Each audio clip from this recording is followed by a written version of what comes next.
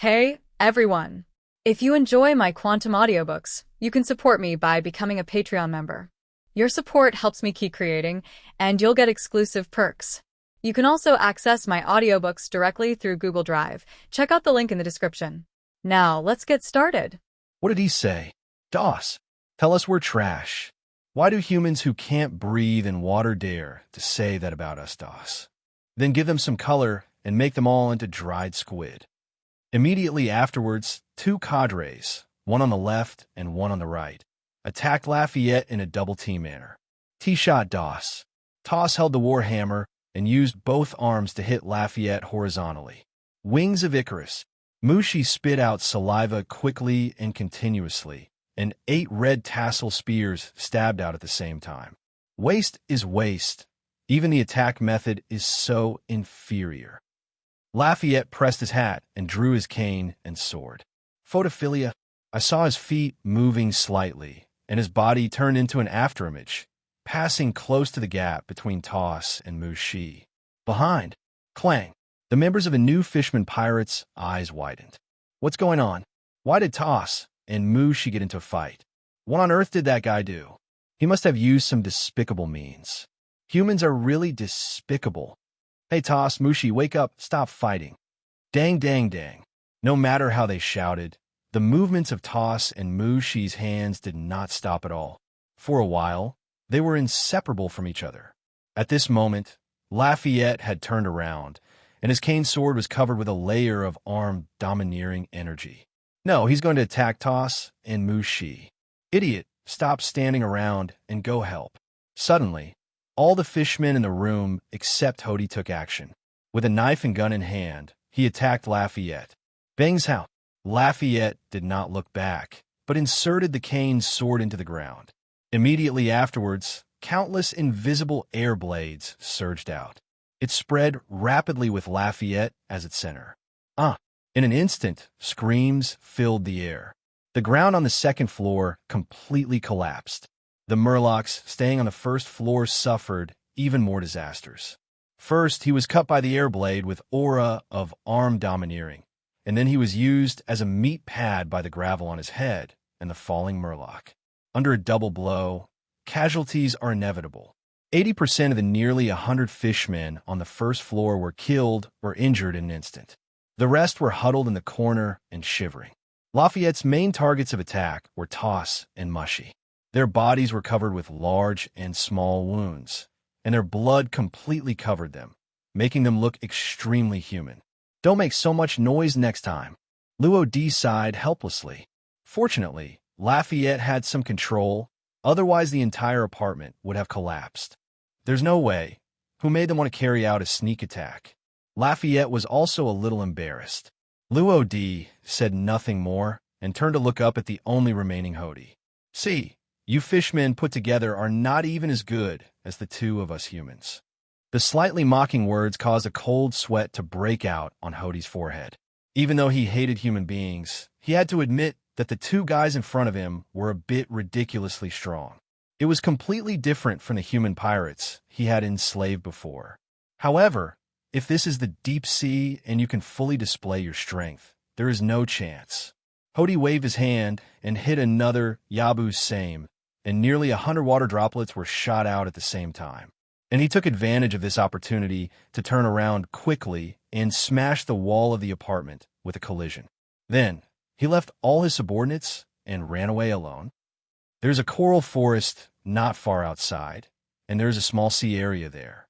As long as he sneaks into it, Hody can escape smoothly and even directly break through the Fishman Island and return to the Fishman Street. Lafayette looked at the broken hole and couldn't help but ask, "Captain, do you want to pursue me?" Chase. Luo D shook his head. To deal with him, why chase him? Then he pulled out the underworld and drew circles in the air. Dark realm, blockade. In just one breath, the darkest space spread nearly a kilometer away until the surrounding area was completely blocked. There's no light inside. The Great Prince Shark Star not far from the apartment had just ordered his guards to control the half-dead leopard Zong and the fishmen who had suffered heavy casualties. But they saw such a scene. The guard were even more panicked. What's going on? Why is it suddenly dark around here? There is no light at all. I can't even see my hands and feet. Who did it? Those two humans? Or the brutal fishmen from Fishman Street? Don't panic. Everyone try to stand still and don't move. Sharkstar's high voice caused the guards to stop their discussion, but he actually felt a little uneasy in his heart. However, as a prince at this time, he cannot be in a state of disarray. I hope it ends soon. Sharkstar raised his head and saw darkness.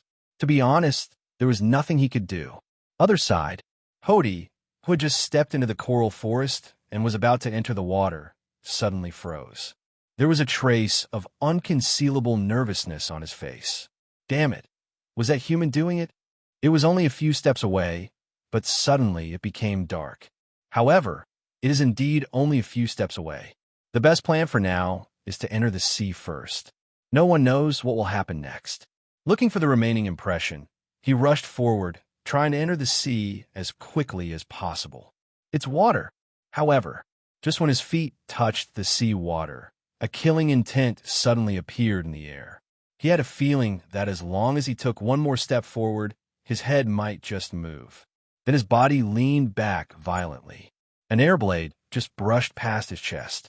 If it's just 1 second slower, the consequences will be disastrous. Want to run? Unfortunately, it's too late. A familiar voice came from behind, and then a cold, long knife passed directly through his body. You! Swish! Luo Di took out Huang Quan and stabbed him again. Tell me again, what race are humans? I didn't hear it clearly before. Hody lowered his head, his expression extremely painful. Even if he couldn't see it, he could still feel the edge of the blade. You be asterisk, asterisk, asterisk, asterisk, asterisk D, ahem, despicable lower race. He used all his strength to pull his body away from the blade. His right hand took out a piece of brown cloth from behind his back.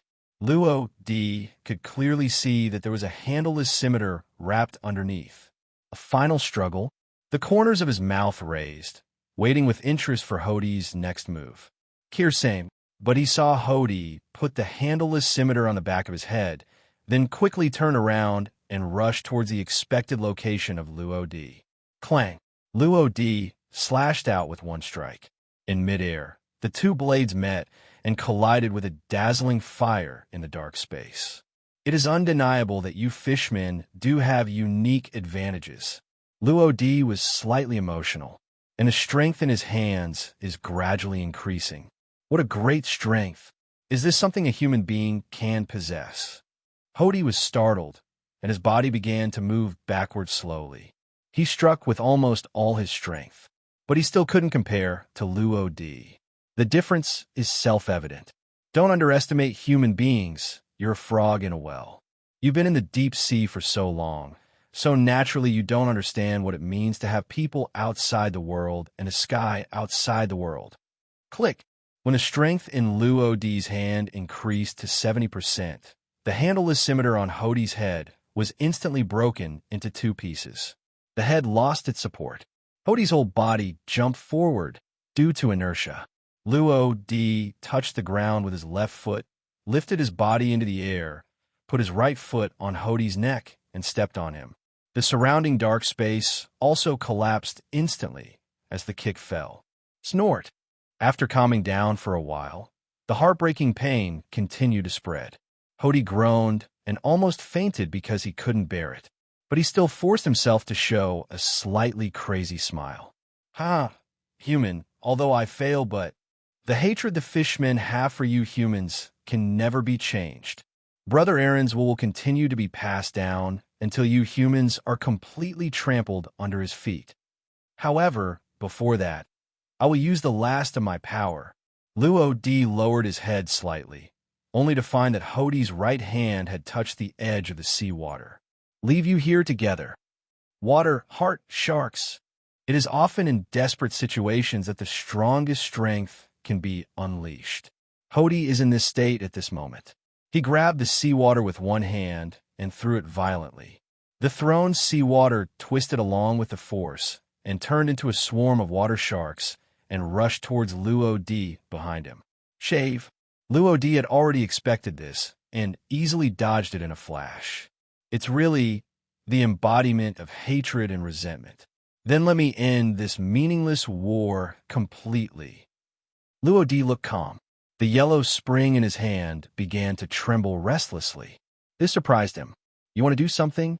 Buzz. Okay, then I'll leave it to you. With that said, Luo Di released Huang Quan, turned around, and walked away slowly without looking back. Tread. The sound of footsteps gradually diminished in my ears. Hody raised his head weakly, but all he could see was the blurry figure moving away. You actually look down on me so much. His eyes were bloodshot and his teeth were almost broken. Wait, you will pay for this. Hody thought Luo Di left because he didn't bother to kill him. Little did he know, a long knife soaked in black and red was floating above his head. I still have a chance to make a comeback.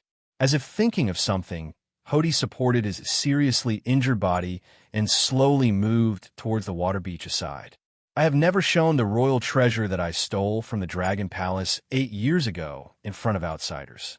In that case, let me sacrifice it with your blood, Shinigami Loadi. No, the entire Shinigami pirates. You guys all must die. In fact, as early as 8 years ago, a major theft case occurred in the Dragon Palace. That's right, everything was done by Hody, who was still a guard in the Dragon Palace at that time. After stealing the Dragon Palace treasure, he resigned from his post and disappeared. Even Luo Di didn't know this. Later, Hody discovered that the so-called Dragon Palace treasure was actually a dangerous drug called ES. After taking it, his strength could be doubled, but the side effects were obvious. The first time he took it, he became extremely manic and even lost consciousness because he ate too much. When he woke up again, he found that the crew members of his newly formed pirate group were lying in a pool of blood. Those crew members who were still conscious saw fear and horror on their faces. To be honest, he was a little scared at that time. Because of that doubt, he never used ES again. However, he never stopped researching ES. He knew that was the only way for him to control Fishman Island and eliminate those abominable humans. And just a few months ago, he read in the newspaper that Aaron and his gang were defeated by a human pirate group called the Straw Hat Pirates. This made him even more urgent to control ES. In order to master its usage as quickly as possible, he even used his fishmen to conduct experiments. Until recently, there was a slight sign, but because of Luo Di's arrival, everything was messed up. Wait for me. I will kill you and feed them to the sea beasts. At this time, half of Hody's body was submerged in the water. If he takes a step forward, he can use the water flow to return to Fishman Street. However, reality is often not so beautiful. Suddenly, there was a harsh sound of wind blowing overhead. What? As soon as he raised his head, what caught his eye was a black light that swept down at a very fast speed. Swish! Underworld slashed down, and Hody's vision kept changing until he saw his headless torso. How possible? He died here with an expression of disbelief. Half an hour later, after understanding the cause and effect, Sharkstar sent people to arrest all members of a new Fishman pirate group, and the number of arrests was extremely terrifying. There are more than 2,000 fishmen. What on earth do they want to do? Sharkstar knew that the atmosphere in Fishman Street was extremely bad, but because it is located outside of Fishman Island, there is also a lack of management there. In recent years, the area has almost been abandoned and left to fend for itself. But what happened today simply subverted his cognition. In just a few years, he has accumulated such a huge power. According to this trend, within a few years, they will even be able to catch up with their Dragon King Palace. Let's interrogate it first, and then take a look. Shark Xing frowned, his face solemn. There might be some unknown darkness in it. It seems that they have to strengthen the management of Fishman Street. However, those two humans. From the corner of his eye, Sharkstar glanced at Luo Di and Lafayette, who were resting on the Dragon Palace with their eyes closed. Nearly 100 fishmen died in their hands. If there is no explanation for this matter, I'm afraid it will be difficult to end. If it is not handled well, the already deep conflicts between the fish people and humans will only get worse. It's better to go back and let Father handle it. Sharkstar sighed, then held the golden trident and walked towards the Dragon Palace, the top floor of Fishman Island. Dragon Palace City. This is the place closest to the sun, and it is also the base of the royal family of Fishman Island. It is a large, luxurious palace built of large coral reefs, shells, and other building materials, with huge sculptures resembling dragons. Inside the magnificently decorated palace, Neptune folded his hands on his chest and quietly stared at the tiny human youth below who was wrapped in coral bubbles. Their eyes met, looking at each other speechlessly. The subtle atmosphere caused the air to become depressing. What? After a long time, Neptune let out a long sigh. Shark Star has already given him the message. Luo D killed nearly 100 fishmen, which was something that was unforgivable and unforgivable, even though he knows the strength of the Shinigami pirates, even if this may intensify the conflict between humans and fishmen. However, at this time he had to make a decision. Then, he waved his hands to the left and right ministers in front of him. Although I don't know what will happen in the future now, let's arrest them all. In addition to Luo D and Lafayette, who were in the main hall, they had also invited other members of the Shinigami pirates here. Only the injured Nels and Rabbit Kit, who took care of him, did not come, and everyone else came. It seems that this is a posture to catch them all in one fell swoop. Sense something unusual around you. Lafayette patted Luo D on the shoulder. Captain, wake up. Luo D rubbed his eyes and stretched. What's wrong? He has been really tired recently. He hasn't had much rest since landing on the Sabaody Islands until he arrived at Fishman Island. Finally, I was able to take a rest, but I was woken up by Lafayette again. If you can't give me a suitable explanation, then go be O'Burton's sparring partner. Oh, O'Burton. O'Burton is a master of physical arts. Recently, in order to regain his former state and regain the edge of a great pirate, he has been sparring with people on the ship. Lafayette is also one of the sparring partners. But after being beaten by O'Burton, he no longer dared to be his sparring partner. There was no way. It was too painful for O'Burton to hit someone, and he didn't have any masochistic tendencies. Thinking of this, Lafayette quickly changed the subject. Ahem, Captain, you'd better look around first. Those fishmen are a little restless. They're afraid they're going to attack us. Even though Lafayette didn't specifically use the color of observation, he was still aware of the weird atmosphere here. And that King Neptune seemed to have given some kind of order. The faces of the two ministers under him were obviously wary. One of them even took out a phone and seemed to be contacting someone. Oh, is that so? Luo D shook his head slightly and woke up a little. As soon as he got up, there was a burst of continuous and chaotic footsteps outside the main door of the hall. He turned around and looked back, only to see Dragon Palace guards rushing in one after another, surrounding the coral bubble where Luo D and Lafayette were. Nearly 100 tridents were pointed at them. If the two of them made any move, the guards would attack at any time. Yawn, TSK, so that's it. It seems like you won't be able to settle down without giving you a lesson. Luo D clapped his mouth, looking slightly tired. He doesn't necessarily have to reach a friendly relationship with the Dragon King Palace. Now that they're ready to take action, how can he sit still and wait for death? Buzz! Luo D's eyes narrowed, and the black light flashed away. The strong pressure spreads around like the waves of the sea. The air in the surrounding seawater trembled. The coral bubbles swayed back and forth, as if the pressure would explode on the spot if it got any stronger. Conqueror's domineering spirit is so domineering. Under the suspicious eyes of Neptune and the two ministers, the guards fell down one after another. His eyes turned white, he was foaming at the mouth, and he completely lost consciousness. And this happens in one breath. The soldiers who were still pouring in outside the main gate also followed suit and collapsed to the ground one after another. For a moment, the entire hall was silent. The only ones standing were Luo D, Lafayette, King Neptune, and the two ministers on the left and right. You are really confident in your strength, King Neptune. But do you know what price you will pay if you fail? Luo D looked at each other with cold eyes, a hint of sarcasm on his face. I'm still a little bit irrational. Obviously, a little investigation can reveal a lot of strange things. But this is actually nothing to Luo D. If it doesn't work, The worst possible outcome is to control the entire Fishman Island. This is what a pirate should do. Neptune moved his huge body and passed the two ministers. Although I don't know the specific reason, you have killed nearly 100 fishmen. No matter what, I will arrest you first. If we continue to resist, we will both lose. As he spoke, he waved the finely carved golden trident in his hand and stabbed it down. Clang! A long sword passed by and collided with it, and a powerful golden sound echoed in the hall. The person who took action was Lafayette. A look of panic appeared on Minister's slightly older face. What kind of guy is that? He can easily take the attack of King Neptune, the god of the sea. The right minister of Seahorse Mermaid is also in disbelief.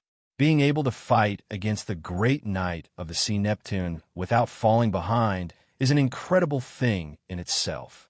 But he soon came back to his senses and looked at Minister Zwan one side. Burst the bubbles that surround them quickly, so that we can take advantage, and those two humans will have no power to resist. As soon as these words came out, Minister Zwa finally reacted. Right minister, stop dawdling, move quickly. With that said, the right minister threw the silver trident in his hand towards Bubbles. At the same time, he pulled out the crescent moon, sword worn on his waist. As the cold light passed by, it twisted its body and rushed forward quickly. But I really can't stand it. All the guards fainted and fell to the ground. Helpless as a civil servant, Minister Zwa could only follow with all his strength with his horn cane. However, as soon as the ministers on the left and right took a few steps, two extremely powerful air currents shot out from the bubble. The speed was so fast that they were unable to resist. Accompanied by two screams, the two mermaids were carried back by the airflow, and they finally stopped when they reached the gorgeous wall behind the throne. Ahem, what a terrifying power this is! How could this happen? With this power, I hope His Majesty Neptune. Neptune looked back. I saw the two ministers leaning miserably against the wall. Although they were still breathing, they were obviously unable to move for a short time. Minister on the left, minister on the right. This made Neptune completely angry. Even if he knew that these two humans were very strong, he still had to try his best. Chong! But he saw him thrust the golden trident into the ground. Use both hands to grasp the current, and use your hands to exert force and throw it out with all your strength. Mermaid Jutsu Super Current. The ocean current formed a huge whirlpool, along with a huge force exploded from both arms, crashing forward in extremely fast speed. He wanted to smash the coral bubble in one fell swoop. Only in this way can we completely defeat Luo Di and Lafayette, who ate the devil fruit. Of course, things obviously didn't go that smoothly. King Neptune, I'm afraid you still don't understand the gap between you and me. Luo Di slowly pulled out the underworld. Swish! With just a casual slash, the slash spanned nearly 100 meters and almost penetrated the entire palace. Huge currents are easily defeated by it. The slashes continued to spread. Neptune hurriedly drew out his trident, held it across his chest, and resisted with difficulty. However, the power was simply beyond his imagination. Even though he tried his best, he couldn't resist. The huge body continued to retreat. The gorgeous throne was shattered by it, leaving a huge dent in the wall behind it before it could stop. Your Majesty Neptune, are you okay? The left and right ministers who had been lying here for a long time, unable to move, witnessed everything and fixed their gazes on Neptune, who was in the center of the two people. It's incredible. The powerful great knight of the sea, King Neptune, was unable to resist at all. Calm down now. Black smoke clouds spread in the sea water of the palace, forming a circular corridor. The smoke clouds were thin enough to allow sunlight to pass through. Luo Di walked forward slowly. Lafayette followed. Ahem, what exactly do you want to do? Neptune did come to his senses. In fact, the main reason was that he couldn't move, otherwise he wouldn't be able to talk to Luo Di so calmly here. Tread. Arriving in front of Neptune, Luo Di paused. What do we want to do? No, we don't want to do anything, but what do you want to do? Actually, everything was started by you people from Fishman Island. By the way, do you know who the fishmen you captured are? Arrested? Neptune's brain was a little confused. What was captured? That's it again. The right minister on one side had a headache and raised his voice to remind. Murlocs. Didn't Prince Sharkstar say before that they had more than 2,000 Murlocs under their control? Several leaders were also imprisoned by him. But speaking of this, the right minister paused slightly, with a slight hesitation on his blood-stained face. After a moment, he continued. I found that one of the leaders was very familiar to me. His name was Hody Jones. He was an excellent guard in the Dragon Palace 8 years ago. Because all his performances were so outstanding, he left me with very profound impression. But 8 years ago, for some unknown reason, he suddenly resigned from his position. I thought it was a pity at the time. I didn't expect that he had been hiding in Fishman Street and secretly cultivated such a huge force. Sharkstar did mention this matter, but at that time Neptune was focused on the dead fishmen, so he didn't pay much attention to what happened next. So that's it. Hody Jones, I seem to have some impression of it. 8 years ago, Neptune frowned, as if he was recalling something bad. Suddenly, his expression became extremely serious. Speaking of which, the national treasure passed down from generation to generation on Fishman Island. Even the legendary pill, which has very few historical records, disappeared along with a theft 8 years ago. Because this matter was so important, every time he mentioned that period, he couldn't help but think of it. And the pill is also very mysterious. Some people say that after eating it, one can be worth 1,000, while others say that after eating it, it will shorten the lifespan. It is not worthy of being called a national treasure, so it was banned. I have never taken Neptune, nor have I seen anyone else take it, so I don't know its specific effects. But that's why. This pill is uncertain. If after taking it, one can fight 1,000, and then it falls into the hands of someone with intentions, it will be troublesome. Luo D saw him frowning. The corners of his mouth were raised slightly. Interesting. King Neptune, since it all happened 8 years ago, do you think Hody Jones has some connection with the theft of the national treasure? This is something Luo D only knew through the information fed back by Yellow Spring. Huang Quan has a shallow self-awareness. Although he cannot understand the language, he can perfectly reproduce it and give feedback. It's good for gathering information. However, how can a swordsman put his sword in the hands of others? He didn't bother to do so. Never thought about it. The point of view put forward by Luo D was undoubtedly a heavy blow to the brains of Neptune and the ministers on the left and right. It also gave their blocked brains a new pathway. This subversive perspective will first generate skepticism. The left and right ministers bear the brunt. How is it possible? Hody Jones is an excellent guard, and there is absolutely no way he would do that kind of thing. How ridiculous! The guards of the Dragon Palace have been carefully screened. It is impossible for them to betray the Dragon Palace. But inevitably, it will also make people think deeply. Neptune remained silent. He was thinking about the connections. After a moment, he suddenly turned to look at the right minister. Who were the fishmen captured with Hody Jones? The right minister pondered. Well, actually, most of them should be fishmen from Fishman Street.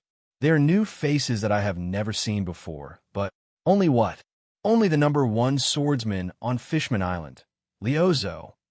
Baozong? Isn't he in there too? The right minister nodded. He did see Leopard Zodiac. However, that state seemed to be that of being drunk. What was even more strange was that he actually lost a lot of tentacles, and now only the last 2 were left. That's all. Let's leave this matter as it is until Sharkstar investigates everything clearly. At this time, Neptune was almost recovered and climbed up from the ground with difficulty. However, there is one thing I still want to confirm. Why did you kill those fishmen? He looked at Luo D seriously. Luo D shrugged. We are pirates, that's all. Of course, if you have any objections, I don't mind speaking with my fists. After all, isn't this the world like that? Neptune was speechless. Minister Zwa hit the ground with his cane and stood up tremblingly, his face full of anger. You, how did you talk to His Majesty Neptune? Cha! Lafayette pulled out his cane and sword, and the cold light made people's hair stand on end. It's not your turn to interrupt here. Minister Zwa was immediately frightened, and his body shivered even more violently. Never mind. Luo Di waved his hand. Then he looked at Neptune. Fishman Island is now Whitebeard's territory. It is undeniable that with his protection, you are still safe as long as you don't leave Fishman Island. But can you really be so stable all the time? Going down. Let me tell you a little bit of news. King Neptune, Ace, the captain of the 2nd Division of the Whitebeard Pirates, was captured. This was something reported in the newspaper not long ago. You should be aware of this. Neptune said nothing, acquiescing. Luo Di paced back and forth. Do you know whose blood is flowing in his body? The right minister tightened his grip on the long knife in his hand and interrupted to ask, Whose? Luo Di said word by word. Gold, Roger. What? As soon as the taboo name appeared, Neptune and the ministers on the left and right were shocked. Even Lafayette, who was behind Luo Di, was a little surprised. To be honest, he didn't know about it either. Don't be so surprised, because this matter should be reported in 2 days then. Luo Di took in all their expressions. Do you know what this means? The minister on the right interjected again, like he was complimenting me. What does it mean? Luo Di chuckled. It means Ace can't die well. As a descendant of the world-famous One Piece who is still stirring up troubles in the sea after his death, there is no doubt that Ace's birth represents sin. However, if his identity is completely announced, this storm will sweep across the world. Neptune's eyes suddenly opened wide. You mean? Luo Di nodded. Yes, in order to increase the prestige of Marine and the world's government, and to deter the pirates who are stirring up trouble on the sea, Marine will probably arrange a public execution in front of the entire world, and the execution target is Roger's son Ace. Then, if you think about it again, if the situation really happens, will the Whitebeard pirates behind it sit idly by and do nothing? I think you should know about Whitebeard's character, even if I don't say much. Neptune fell silent again. Yes, Whitebeard is a person who values his family very much. If something happens to Ace, he will definitely take the lead in the charge. Then, this matter will eventually evolve into a war between the entire Marine and the Whitebeard pirates, one of the 4 Emperor's pirate groups. The impact will be unprecedented. And this time, Luo Di turned around and glanced at Neptune for the last time. Think about it for yourself. Can the execution site set up at the Marine headquarters be shaken by the 4 Emperor's pirate group alone? After saying this, he waved his hand. Lafayette also came to his senses. The 2 of them gradually moved away, one after the other. As the footsteps faded away, Neptune still stood there blankly in the empty hall. The amount of content and information delivered by Luo Di is really too great. It was hard for him to accept it for a while. But that's just a possibility. Although he thought so, Neptune himself didn't believe it. Your Majesty Neptune, you said. A sudden sound brought him back to his senses. Looking down, he saw that Minister Zwa had arrived beside him at some point. Could it be that Jinbei was summoned by Marine for that reason? Minister Zwa was leaning on a cane. His body was covered with dust. He walked tremblingly, and his old face was slightly pale. Almost at the same time, the right minister also came over with a serious look on his face. Speaking of this, Jinbei set off yesterday. Fishman Island is not far from Marine headquarters. It stands to reason that he should be able to come back today, but the reality is the opposite. I am afraid there is something fishy here. The words fell. The atmosphere in the hall became increasingly dull. After a long time, Neptune let out a long sigh. With Jinbei's character, if Marine really summoned him to deal with the Whitebeard pirates, he would definitely refuse on the spot. However, his identity is 7 warlords of the sea, so he will definitely offend someone. Hey, that's all. Let's investigate the matter clearly first. We can't get involved in matters outside of Fishman Island at all with our current status. He was really helpless about this kind of thing. When fishmen go to land, they are undoubtedly falling into a trap. Although Neptune wants to help Odoheim realize her wish to coexist with humans and bring the fishmen and mermaids to the land, fishmen disappear out of thin air every year on Fishman Island, which all shows the greed of those humans. On the sea opposite Fishman Island, Sabaody Islands, GR1. Human auction. The crowd became very chaotic. Even a normally dignified world, Noble changed his expression and ran away desperately. No, no, run away quickly. The Tianlong people are angry. Don't squeeze. Compared to these nobles, the pirates lurking inside were squeezing out like crazy. MD, get out of here. The damn straw hats are simply crazy. They dare to attack the celestial dragons. When the admiral arrives later, no one will be able to escape. It's really unlucky. I would have never come back if I had known it. Yesterday, that Shinigami Luo D beat up a celestial dragon with his front foot, and the damn marine came after him. The marine headquarters even actually dispatched a marine general because of this. Our pirate group, several brothers who didn't have time to run, were arrested. I don't know if I can have the same luck as yesterday. Who says it's not the case? If I run away this time, I won't come to this damn place for half a year, no, a year, or the next year. I'm sorry. The celestial dragons have been beaten for 2 days in a row. In order to save face, the number of marines sent out this time is probably quite large. As the pirates quarreled fiercely, they poured out of the small door one after another. What awaited them were dark muzzles. Nearly 100 marines completely surrounded them, and the number was still increasing. Damn, Marine got here really fast. It seems that these guys have been following the Tianlong people to protect them because of what happened yesterday. They are really troublesome, but they're just a few miscellaneous soldiers. Just break out. These pirates often offer bounties of millions or tens of millions, and ordinary Marines really can't do anything to them. Moment. There was chaos outside. The sound of gunshots and the metallic buzzing of swords continued to spread. The pirates and Marines started fighting directly. I told you it's none of your business. I told you, don't order me. I told you I would come. Go aside. The sound of quarreling gradually approached along with the sound of footsteps. The fighting pirates and Marine were stunned. But I saw 2 figures slowly walking out of the open door of the human auction. It's that straw-happy asterisk D again. Next to it is Surgeon of Death Trafalgar Law. Why is he here too? No, there's another person behind them, and that is actually the fallen Major General Marine X Drake. Yes, it was Drake following the 2 of them. Kid didn't come because he was beaten up by Luo D Fatty just yesterday. He was seriously injured and couldn't get out of bed. As for Drake, he came here mainly to investigate how the Shinigami pirates disappeared. Halfway through the investigation, the human auction happened to be held, so he went in to take a look. Unexpectedly, this actually allowed him to witness the scene of Tianlong people being beaten. I've really been in troubled waters today. Drake looked at the backs of the 2 people in front and sighed helplessly.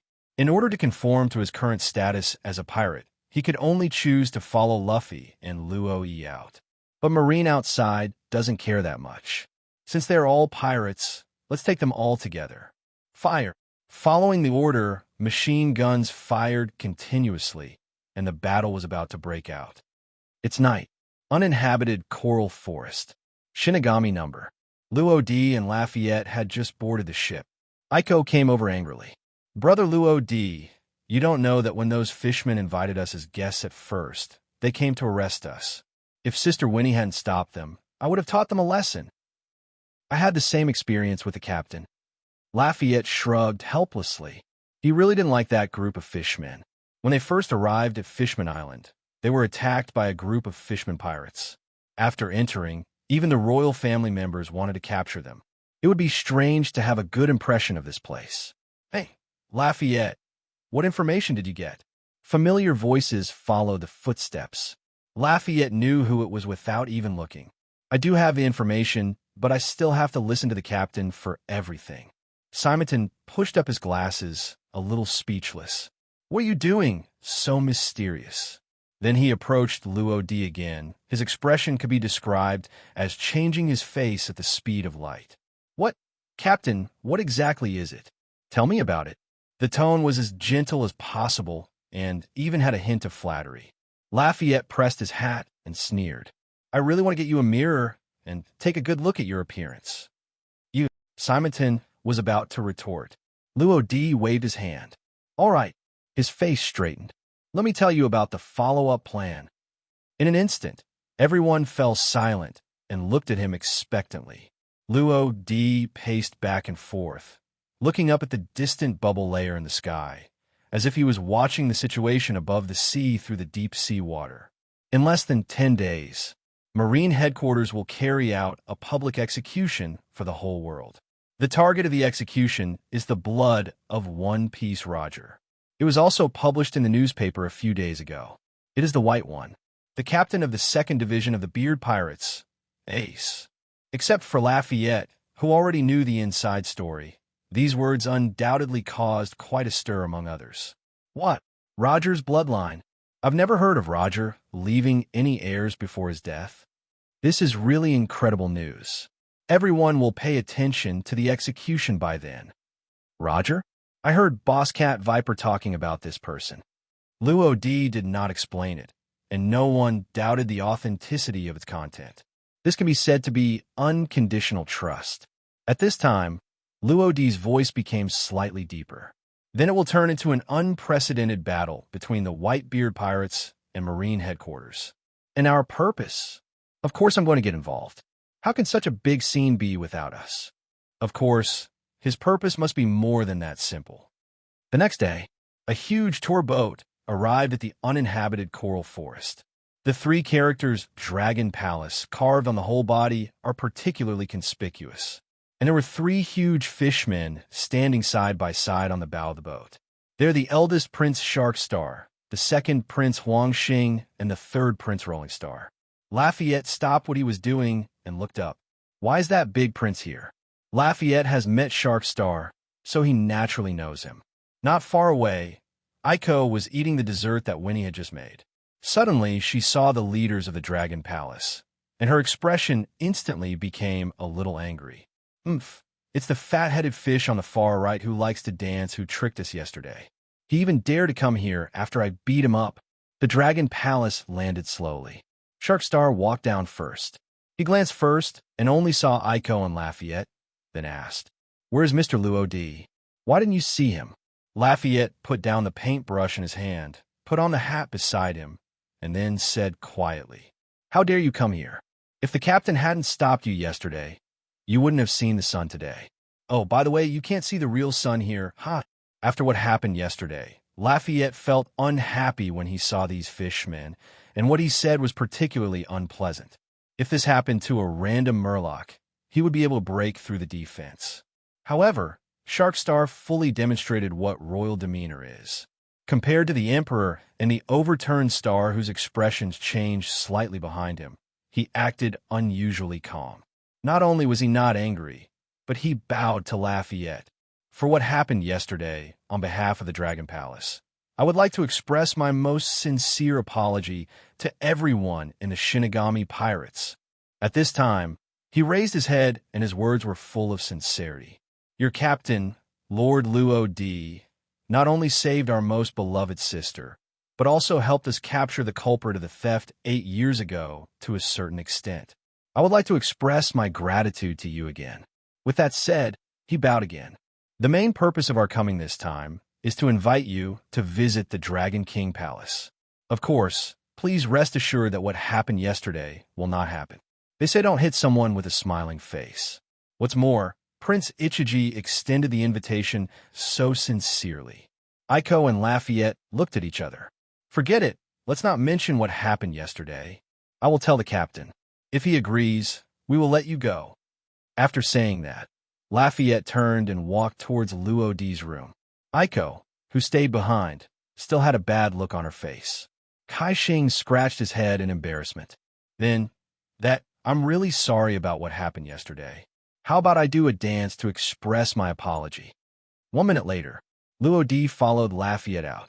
What catches the eye is the eye-catching dance of Sunstar, coupled with the phrase red sunfish from time to time, which makes it even more unsightly. Aiko, who was standing opposite him, had a happy smile on his face. Apparently, he was amused by the funny dance. Lord Luo D, what happened yesterday? Sharkstar came to Luo D with an obvious apology in his eyes. Moreover, his name for Luo D also changed, showing more respect. But before he finished speaking, he was interrupted by Luo D. "It doesn't matter, I don't take it to heart." Then he waved his hand. "Aren't you going to the Dragon King's palace? Then let's go. Hear this." Sharkstar breathed a sigh of relief. Then he waved his hand, and the Dragon Palace landed. "Then please come on board." Dragon King's Palace. Banquet Hall. What is different from the past is that today there is a heavy weight, of course, in every sense of the word. The mermaid princess who had never shown up unexpectedly appeared. This shocked the guards and servants. "Isn't that Princess Shirahoshi? I haven't seen your Highness the Princess in many years. Am I dreaming? What a big change. I vaguely remember holding the little princess in my arms. Is there anyone special you want to entertain today? This event is bigger than ever before. It is said that we are going to host a human pirate group. What is it called? By the way, the Shinigami Pirate Group. Humans, wait, pirates? Are you kidding me? Isn't this inviting a wolf into the house? You don't know that the national treasure that was stolen 8 years ago was reportedly recovered with their help. And do you know why Princess Shirahoshi came out? Why? Because that abominable Vanderdaken 9 is dead, and the person who killed him was the captain of the Shinigami Pirates. Why didn't I know about this? There was quite a big fuss yesterday. Do you know Dakin's subordinate Poseidon? He came to Fishman Island last night, holding the Flying Dutchman in his hand. Dakin's body was placed on the bow. Inside Dragon Palace City, a giant flounder, shrouded in giant soap bubbles, swims rapidly in the water. Wow, is this the Dragon King's palace? It's so gorgeous. This corridor is really long. Is it coming yet? Enter the Dragon King's palace and swim through long corridors. Finally, after passing through an open door, the giant flounder slowly landed on the ground and turned into a cushion for entertaining guests. The 3 princes who arrived earlier were waiting for them in the hall early. The most eye-catching things in the entire hall are the larger King Neptune and Princess Shirahoshi, who is huddled in the back with timid eyes. The eyes of almost everyone in the Shinigami Pirates were attracted to it. Simonton rubbed the corners of his eyes, looking obviously a little stunned. What a big, beautiful mermaid! Although Shirahoshi only showed a little bit of his figure, Smanton estimated that he was over 8 meters tall. Swish, swish. Fryan clamped the pen in the center of the notebook and closed it. That's the mermaid princess? Rumor has it that her beauty is comparable to that of the Empress Boya Hancock, who is known as the most beautiful woman in the world. Now it seems that although she looks immature, she's not much different. In fact, he originally wanted to stay on the ship and continue to improve the wind cannon. After all, he made a big mistake last time. However, out of curiosity about the Dragon King's palace, he couldn't help but come. Winnie had that iconic, gentle smile on her face. This mermaid princess is a little shy. For some reason, she actually saw a bit of herself in Shirahoshi. Timid, a bit timid. Aiko was more jumpy. As a burst of white arc flashed across, a burst of screams rang out in the hall the next moment. Why? Luo D covered his forehead helplessly. It's so ridiculous. Good. So scary, woo. Shirahoshi was really scared. How could she, who was already timid, endure Aiko's sudden appearance? I cried immediately. Aiko was completely stunned. Hey, are you okay? Really? She didn't mean to. Who makes this mermaid princess huddle in the back like a rabbit who is afraid of giving birth, not even daring to show her face? Aiko had no choice but to come over and take a look. Unexpectedly, it made people cry. Shirahoshi's scared look made it look like she had done something heinous. At this time, the 3 princes saw their sister crying and immediately gathered around her. The second prince, Huang Xing, sang a song with a strange tone. The third prince and the overturned star danced funny dances with his round body. Only the eldest prince was comforting him warmly. This posture cannot be achieved even after several years of training. Aiko was suspended in midair, a little embarrassed. I want to apologize, but I can't. Fortunately, Neptune came to smooth things over. Okay, everyone, please take your seats. As for Shirahoshi, it will be fine if her royal brothers take care of her. Immediately, he waved to the mermaid female singer on the center stage. In an instant, the The singing spread, diluting the unhappiness just now. The banquet officially started, although it may be a little unpleasant at first. But amid the laughter, Aiko and Shirahoshi became good friends. Sister Shirahoshi, your courage is completely contrary to your size. Aiko is 1 year older than Shirahoshi, so after getting to know her, she naturally calls her sister. At this time, she was holding a thunderball with arcing electricity in her hand. As soon as she got close to it, Shirahoshi backed away in fear. Sister Aiko, you are so bad. Shirahoshi had tried to touch the thunderball with her fingers before. The numbness caused by the movement of the electric current shocked her immediately, and she almost cried because of it. Winnie on the side raised her hand and wiped away the thunderball in Aiko's hand. Okay, don't scare Sister Shirahoshi. In fact, the voltage in this lightning ball is not very high and is within the tolerance range of the human body. It even has a certain body tempering effect. But Shirahoshi's words. All right, Aiko has fully realized Shirahoshi's timidity. Of course, she won't let Shirahoshi go so easily. However, I will help you exercise your courage every day from now on. You are so big. How can you be so timid? Shirahoshi's eyes widened when he heard this. Happy time is always short. Soon, the banquet came to an end. In a room not far from the banquet hall, Luo D and Neptune, who left the venue early, sat opposite each other. The room was unusually quiet, and only Luo D's rhythmic knocking on the table could be heard. King Neptune, actually, the purpose of my coming here is Princess Shirahoshi. Shirahoshi? Neptune's heart skipped a beat. Things really don't end that easily. The young human in front of me probably knows a lot of secrets. Immediately, he pretended to be calm so that he would not look so panicked. What do you want from Shirahoshi? Luo D raised his eyebrows. Actually, it's nothing. The main reason is that I don't want her ability to be used by some intentional people. After all, summoning a Poseidon is an incredible ability. How do you know? Shirahoshi's ability is probably only known to the fishmen who experienced the accident a few years ago. How does a human know Luo D? Neptune frowned, but he also knew that he couldn't hide it this time, so he didn't deny it anymore. How did you know? Luo D shrugged. Let's put it this way. Vander Dakin 9 and Hody Jones, who I killed, both knew that Shirahoshi had the ability to summon giant Poseidon-like creatures. Do you know why Dakin is so obsessed with your daughter? Neptune asked subconsciously. Why? Luo D held out 2 fingers. Just 2 words, ability. Maybe he really covets Princess Shirahoshi's beauty, but more importantly, he wants to control Shirahoshi's ability to rule the sea. Neptune was stunned. He really didn't expect this level. After a long time, he sighed secretly. It seems that I still underestimated the impact of that incident. Maybe there are still many people watching Shirahoshi secretly. Luo D is not clear about this. All he knew was that Dakin and Hody knew about it. But it is undeniable that there were not a few fishmen who witnessed Shirahoshi summoning Poseidon. King Neptune, do you think the Whitebeard pirates can still be called the 4 Emperors pirates without Whitebeard? Neptune was a bit unable to react to the sudden change of topic. He was stunned for a moment before he said, Probably it doesn't count. Luo D smiled softly. Then what do you think will happen to Fishman Island without the protection of the 4 Emperors pirate group?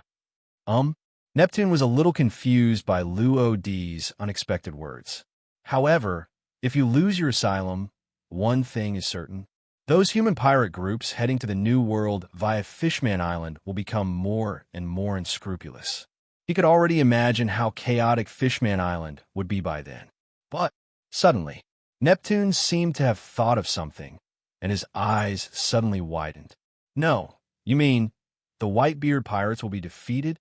In fact, after what Luo D said yesterday, he also felt that a battle between the Whitebeard pirates and Marine would be inevitable. In addition, he has not received any news from Jinbei until today. This conjecture is even more certain. But, how could the man who claimed to be the strongest lose? And Luo D also gave the answer. This is basically destined. It's not that I look down on Whitebeard. You have to know that the location of the decisive battle is at the Marine headquarters. This is the location. Secondly, The strength of the three generals of Marine headquarters cannot be underestimated. Coupled with the Marine hero Garp and Fleet Admiral Sengoku, who are not inferior to them in strength, Marine is not even a bit stronger than the overall strength of the Four Emperors pirate group. What's more, Whitebeard is no longer young. That last bit is the most important. If Whitebeard were 10 years younger, it would not be impossible to rescue Ace and escape unscathed. But time is not forgiving, and you will eventually grow old. This, Neptune didn't know what to say. It wasn't that what Luo D said didn't make sense, but that it made so much sense that he didn't even know how to refute it. Just as he fell silent, Luo D's face was unusually calm, but a pair of abyss-like black eyes were already staring at him. So, if Whitebeard is really defeated, where will your Fishman Island go in the future? It may seem like a question, but in fact, the future of Fishman Island can already be foreseen.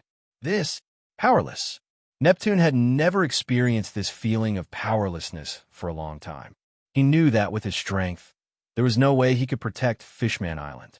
In fact, more than 20 years ago, more terrifying things abounded.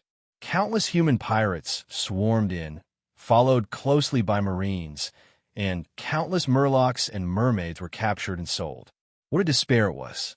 Until Whitebeard showed up. All he said was, "This island belongs to Lousy." With this sentence alone, no one dared to touch Fishman Island from now on. However, if Whitebeard is really defeated, will this short-term peace be broken? Will the fish and mermaids be arbitrarily captured by humans again? At this moment, he was a loss. He didn't know what to choose. However, one thing is certain, before the dust is settled, he must unconditionally support Whitebeard. He took a deep breath, suppressed the irritation in his heart, and his eyes gradually became firmer. Let's wait until that day comes. Luo D shrugged. Okay, but as I said before, Shirahoshi, I will not let it fall into the hands of others. The moment Whitebeard fails, Fishman Island will belong to me. He stopped hiding it and made it clear. And this is undoubtedly a naked threat. But Luo D knew that Neptune had no choice. 2 years later, Fishman Island became affiliated with Big Mom, which is the best proof. Neptune didn't respond. Fish people must be benevolent and righteous after all. He will wait for the final results before he can respond. Luo D didn't press him and turn around. Okay, this is what I want to convey. Of course, don't worry. I won't do anything to your daughter, and I don't have any thoughts about your Fishman Island. To be more precise, Luo D didn't want a potential threat. He is very confident in his own strength. But confidence is not pride. Ancient Weapon was an extraordinary creature, and Luo D didn't think he could compete with it just by relying on his mortal body. What's more, he knew that the Poseidons summoned by Shirahoshi were not ordinary Poseidons. They were all self-aware and had survived for hundreds or even thousands of years. Their true power was unknown. Even Luo D has a sense of awe towards these unknown things. To put it bluntly, Shirahoshi can be a mascot or a canary, but she cannot be on the opposite side. It's that simple. Of course, it would be great if her abilities could be used by him. But Luo D suddenly turned his head. Maybe one day, the fishmen and mermaids of Fishman Island can land on land smoothly and coexist peacefully with humans. Is that so? Looking at Luo D's back, Neptune stayed in place for a long time. Is this really possible? 2 days later, a brand new newspaper flew around the world with a newspaper delivery seagull. It reported that Shinigami Rhodey and Straw Hat Luffy fought the Celestial Dragons. This should have been the most eye-catching hot topic. However, what follows is even more shocking. It's about One Piece, GOLD, Roger. No one can remain calm. Ordinary pirates regard him as a god. I didn't expect that the captain of Whitebeard's 2nd Division is actually a descendant of Roger. I wonder if he has the potential to become a new generation of One Piece. I just fought against him not long ago. He is not a mediocre person. Unfortunately, I feel that he does not have the heart to compete for hegemony. It is more like he wants to push Whitebeard to the throne. Jia, whoever wants to buy One Piece can buy it. I want to know where the One Piece is. It is said that there is the treasure that Roger accumulated throughout his life. That is what I dream of. In contrast, ordinary people regard Roger as the culprit who started the Great Navigation era, caused chaos in the sea, and caused his homeland to be invaded by countless pirates. That devil still has an heir. Why don't you just die with him? Fortunately, Marine caught him, otherwise we don't know how chaotic the sea would be. A public execution in front of the whole world? Good, good. Marine will be able to wipe out those pirates who do all kinds of evil one day. What was in the newspaper spread quickly and continued to grow. Many people are constantly rushing to the Sabaody Islands. Even if there are public executions all over the world, the Sabaody Islands near the first scene will undoubtedly become the center of the second storm. New World. The red-haired pirates. Shanks took a sip of wine. A complicated look flashed in his eyes. As expected, Ace is no match for that guy Teach after all. He put the bottle down and couldn't help but touch the 3 scars that penetrated his left eye. That was what Blackbeard left for him in his early years, and it still leaves indelible traces to this day. Newgate, will you regret your original choice? After a long time, he sighed again. However, with his character, I'm afraid he will start an all-out war with Marine. At this time, Beckman came over with a cigarette in his mouth. He took a deep breath, and instantly, white smoke filled the air from the corner of his mouth. Will you go? Shanks threw the newspaper to him casually, picked up the bottle again, and raised the corners of his mouth slightly. How can we be spared such things? Someone has to finish it off, right? The whole world was abuzz with this news. The civilians who had been tortured by the pirates laughed happily, set up salutes on the streets, and set up banquets, waiting for the day of execution.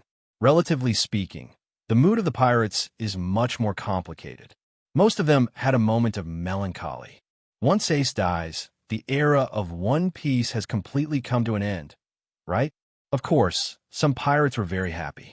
These new pirates all have their own ambitions, and figures from the old era like One Piece are just a shackle for them. When it is completely shattered, they can go to higher realms. And this day, 7 warlords of the sea, no, except for Crocodile, who was arrested early, and Kaisia Jinbei, who just joined the prison family. Only the new Shichibukai Blackbeard Teach can fill their vacant positions. Therefore, today's 7 warlords of the sea can actually only be called the 6 warlords of the sea, due to mandatory recruitment by Marine headquarters. In order to keep Shichibukai's position, they also had to make compromises. The Emperor's Boya Hancock, who was located on Nine Snake Island, also responded to the call this time, and went to Marine headquarters with Marine Lieutenant General Flying Squirrel. Mihawk, Jurikol Mihawk, walked slowly forward in a lone boat, accompanied by several warships. Moonlight Moria, who was rescued by Bartholomew Bear, arrived in Marineland early. Doflamingo in the New World also headed for the other side of the Red Continent with the warships sent by Marine. Blackbeard Teach is lurking in the Sabaody Islands, waiting for the opportunity to enter Impel Down City. He needs more crew. However, he didn't know that all the plans were doomed long ago. His future crew members had already died in Luo D's hands. The more powerful Shiryu of the Rain was completely controlled by Luo D. When he goes there, he will either gather some soldiers and generals, or he will return without success, and he might even be left there forever by Magellan. Hero? This time it can only become a bear. It was a day slower to receive the news on Fishman Island than at sea. Dragon King's Palace. Neptune looked at the brand new newspaper with a complicated expression. The above content is basically consistent with what Luo D guessed. Is that true? This battle seems inevitable. I just don't know how Jinbei is doing. To be honest, what he is most worried about now is Jinbei's safety. As the pillar of Fishman Island and also serving as Shichibukai, Jinbei is the second protective umbrella under the 4 emperors for Fishman Island. If something happens to him, the situation on Fishman Island will become increasingly difficult. Where should we go in the future? Yes, where should we go? Just when Neptune was lost in thought, Shirahoshi's voice suddenly came over. Father. He turned his head slightly and saw Shirahoshi walking in with a happy face. In her hand, she held a small, delicate box. That's right, it's praise. This shows that she attaches great importance to the box. This made Neptune a little dumbfounded. What's wrong? Shirahoshi showed the box in front of him, and a touching smile appeared on his innocent face. This is a gift from Sister Winnie and Sister Aiko. And here, she pointed at Mekaro, who was following behind. These are gifts from Lord Luo Di and others. Those gifts were things she couldn't see on Fishman Island, and she was really happy to be able to go out for a walk. Neptune turned around and saw a larger box tied to Mekaro's back. Are you out? Shirahoshi still lives in the hard-shell tower. If there is any movement, the guard will come to report it. But strangely, they don't. Shirahoshi was a little embarrassed and nodded slightly. Sister Aiko took me out. It's really interesting outside. I really want to see the world at sea. As she spoke, there was a ripple in her eyes, which was a yearning for the outside world. Neptune originally wanted to say something to her, but seeing Shirahoshi's appearance, he really couldn't blame her. Why? He shook his head and sighed. Maybe having Fishman Island attached to the Shinigami pirates isn't all bad. At least, he had never seen Shirahoshi so happy. 5 days later, there's only one day left before the war on the top. In order to rush to the scene as soon as possible, the Shinigami departed from Fishman Island in advance. Relying on Oberton's increasingly proficient rappelling ability, they returned to the sea very easily. Sabaody Islands. As the population gathers in large numbers, the place becomes more and more lively. The new pirates who are about to go to the New World are here, waiting for the grand execution. Human traffickers and bounty hunters also stopped hunting and waited quietly. GR1 Harbor. The originally calm sea surface suddenly surged. Directly above it, a large pirate ship nearly 100 meters tall continued to climb along with the unknown thing below. Until it was more than 50 meters away from the sea level, a strange force swept through it, and the huge hull was actually bounced nearly 10 meters high. The pirates on the ship were shocked. Holy crap, what happened? The ship is rising? Here, come on, look. We've strayed for the surface of the sea. Is there something pushing against us below? Is it a giant Poseidon? It's impossible. How could there be that thing here? The boat is about to capsize. If we don't think of a way, let's sink to the bottom of the sea together. That strange force is causing the ship's hull to roll over, completely showing a parabolic curve. As long as it falls, the first thing that enters the water is the deck, not the bottom of the ship. Damn it. The captain and several officers left not long ago. What should I do? With these little minions, there is absolutely no way. Want to run? Obviously, it can't be done. Want to save the ship? That is even more impossible and unrealistic. Puff! The hull of the ship entered the sea, and the waves splashed. Accompanied by bursts of screams, the nearly 100-meter-long ship overturned into the sea, splashing waves as high as 3 feet high. The water poured into the cabin through the open door of the ship. Within a few moments, the entire ship was filled with seawater, almost blending into the seawater, gradually falling toward deeper sea areas. Some of the weaker pirates were squeezed to death on the spot, and their blood was quickly diluted by the vaster seawater. Some pirates with good physiques and good water skills managed to escape by chance, and struggle hard in the seawater where the waves were higher than the previous waves. People on the coast were also alarmed by this sudden change. But I saw it in the center of the wave storm. A medium-sized pirate ship rose slowly as if there was no resistance. Boats floating out of the sea are not uncommon in the Sabaody Islands. This can be achieved as long as the hull is coated. But the strange thing is that the ship is not coated at all. I saw that around the hull, the seawater seemed to be isolated by some invisible barrier blocked 50 meters away from the hull. Not even the huge returning waves could swallow it up. This is simply a miracle. Anyone who has sailed on the Grand Line knows how treacherous the weather is. Countless ships are buried under waves, tsunamis, and storms every year. The capabilities of the ship in front of me are simply what all pirates dream of. A full 10 minutes. Everyone on the coast stared at the empty sea without blinking, and no one left. They all wanted to see who the people on that ship were. At this time, the waves had almost completely receded, and the Shinigami was still standing on the sea. Luo Di looked around and nodded towards Oberton. Almost at the same time, the repulsive force surrounding the Shinigami dissipated instantly. Bang! The Shinigami re-entered the sea, causing ripples and circles. It was only then that the dying people on the shore saw the appearance of the ship clearly. The hull is estimated to be 50 or 60 meters long. It is a well-made, medium-sized pirate ship. The most eye-catching thing is the black flag with a sickle and a long sword intersecting on the mast. That is the iconic pirate flag of the Shinigami pirates. Simonton opened his arms and breathed in the air greedily. We're finally out. Although Fishman Island is good, the outside world is better. Lafayette sneered. Calm down, look around. Those guys are all looking at you. Simonton looked around, and sure enough, he could see a dark crowd gathering on the shore. And a few pirates who had just climbed ashore and were all wet had their eyes wide open with anger and a hint of fear on their faces. They were the pirates who were lucky enough to escape.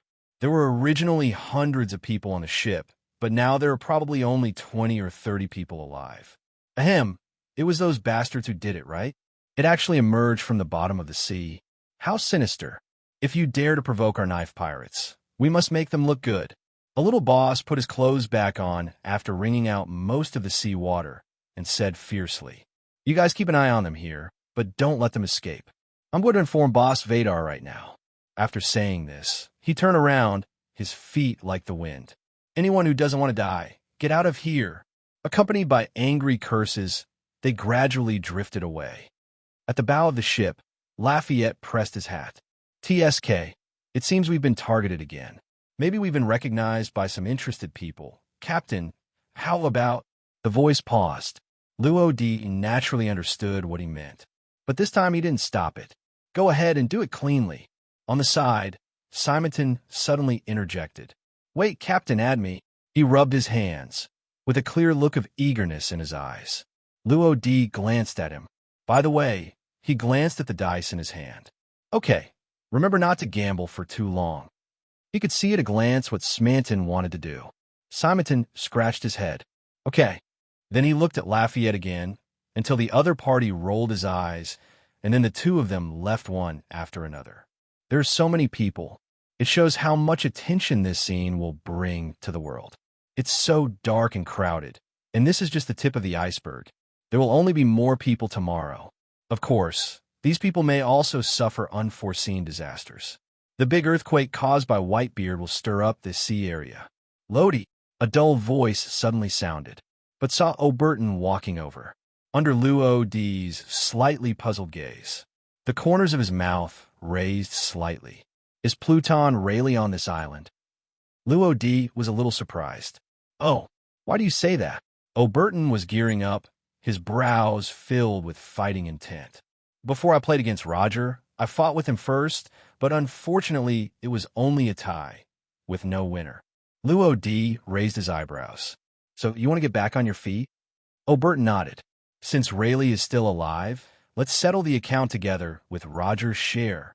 After nearly 10 days of training and consolidation, his armament color and knowledge color have begun to take shape, and it is no exaggeration to say that his proficiency is unmatched by anyone in the Shinigami Pirates except Luo D. This is the background of the great pirate. The only drawback is that it is not strong enough and has not yet reached his standards. In fact, in addition to the armament color and the knowledge color, Oberton can even use Conqueror's Haki, which is his innate talent. Even if Urki himself doesn't have that potential, as long as he knows how to do it, it will be fine. Moreover, after Luo D's test, his Conqueror's Domineering was not weak. On the contrary, it was very strong. Coupled with the ability to repel fruits, it is not impossible to win against the now elderly Rayleigh. It's just that compared to the probability of failure, it is obviously much smaller. If I have to give a specific number, it should be 280 cents or even lower.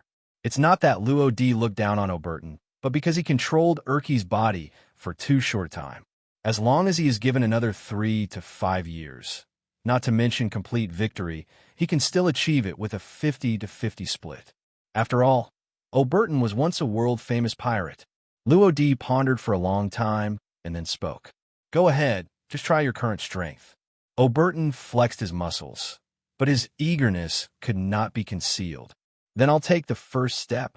With that said, he turned around and left, but when he turned around, he found that Luo D had followed him. Huh, how did you? Oberton was a little surprised. Luo D looked calm. One Piece his right hand, Pluton Rayleigh. How can I not go and take a look? If the crew loses, I, the captain, have to get back on track, right? As soon as these words came out, Oberton was not happy. What? You actually look down on me so much. Luo D's words clearly meant that he would lose. Of course, if you think so. I'm so angry. Once this is over, I'll be the first to settle the score with you. The premise is that you can beat me, not to mention your life is still in my hands. You. Aboard the Shinigami. Aiko held her chin up, her pretty face full of depression. Brother Luo D, let's forget it. The ship watcher, Smanton, has also left. It seems that we can't go shopping today. Someone always has to stay and watch the boat. What's more, the guys on the shore don't look like fuel-efficient lamps at first glance. She was the only one left who could intimidate the group. Obviously, she can't leave yet. Okay, stop looking so gloomy. Come on, try this. With that said, Winnie placed a freshly prepared fruit drink in front of her. Tuji on the side was not happy. This rabbit wants it too. Nels, dressed in black and wearing a black mask, scratched his head in embarrassment. Well, Sister Winnie, please give me a drink. GR13. Going up a straight staircase, you can vaguely see a slightly old bar standing at the top. There are some very interesting words engraved on the signboard. Shaki's Rip-Off Bar. This already shows the nature of this bar. The main thing is to rip off. However, despite its remote location, pirates still come occasionally.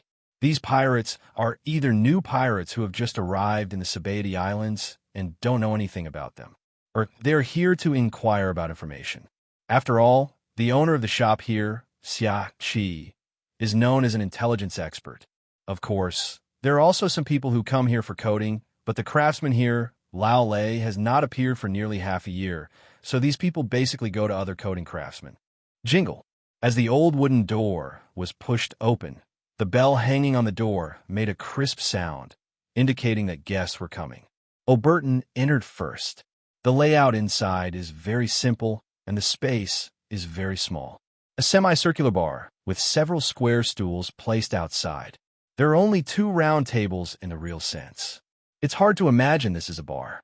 However, although the place looks old, it can be seen that the owner cleans it frequently and is very clean and tidy, giving people an unexpected sense of comfort. Luo D followed.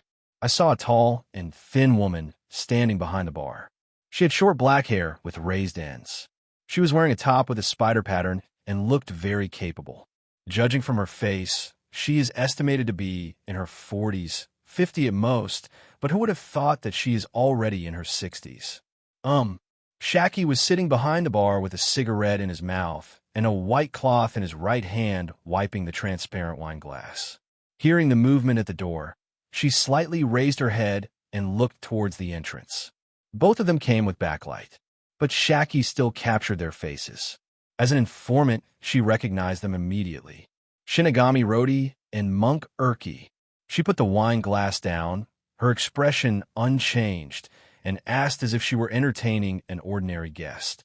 Welcome. What would you like to drink? Oberton walked to the bar, pulled out a stool, and sat down. I'm here to see Pluton Silbaz Rayleigh.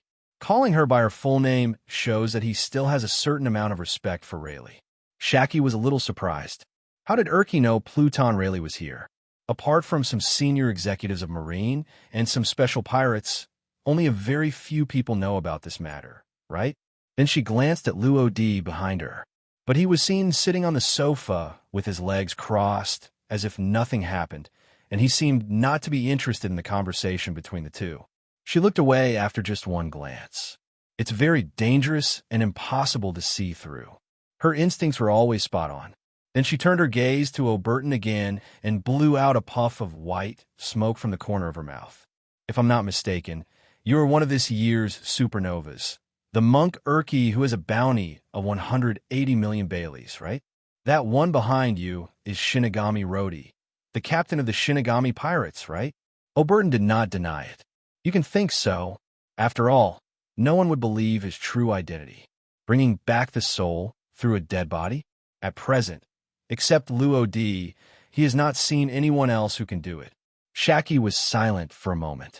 O'Burton's way of replying was strange, but she didn't pay much attention to it.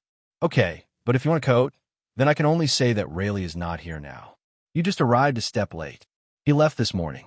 She didn't know that the Shinigami dived into the sea a few days ago, so she thought they came to Rayleigh for coating. O'Burton frowned. Then how long will it take for him to come back? Shaki held a cigarette and did not answer directly. Let's put it this way. It was half a year after he left last time. O'Burton's expression changed slightly. What about this time? The boy didn't say the specific time. Boy, this title. Shaki only felt that it was very strange, but he didn't know what the problem was.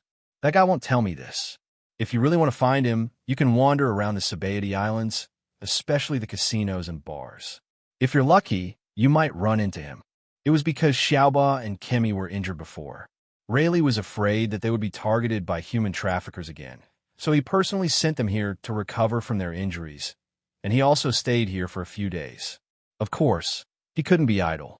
Xiaoba and Kemi had just set off to return to Fishman Island, and he went out to have fun. Is that so?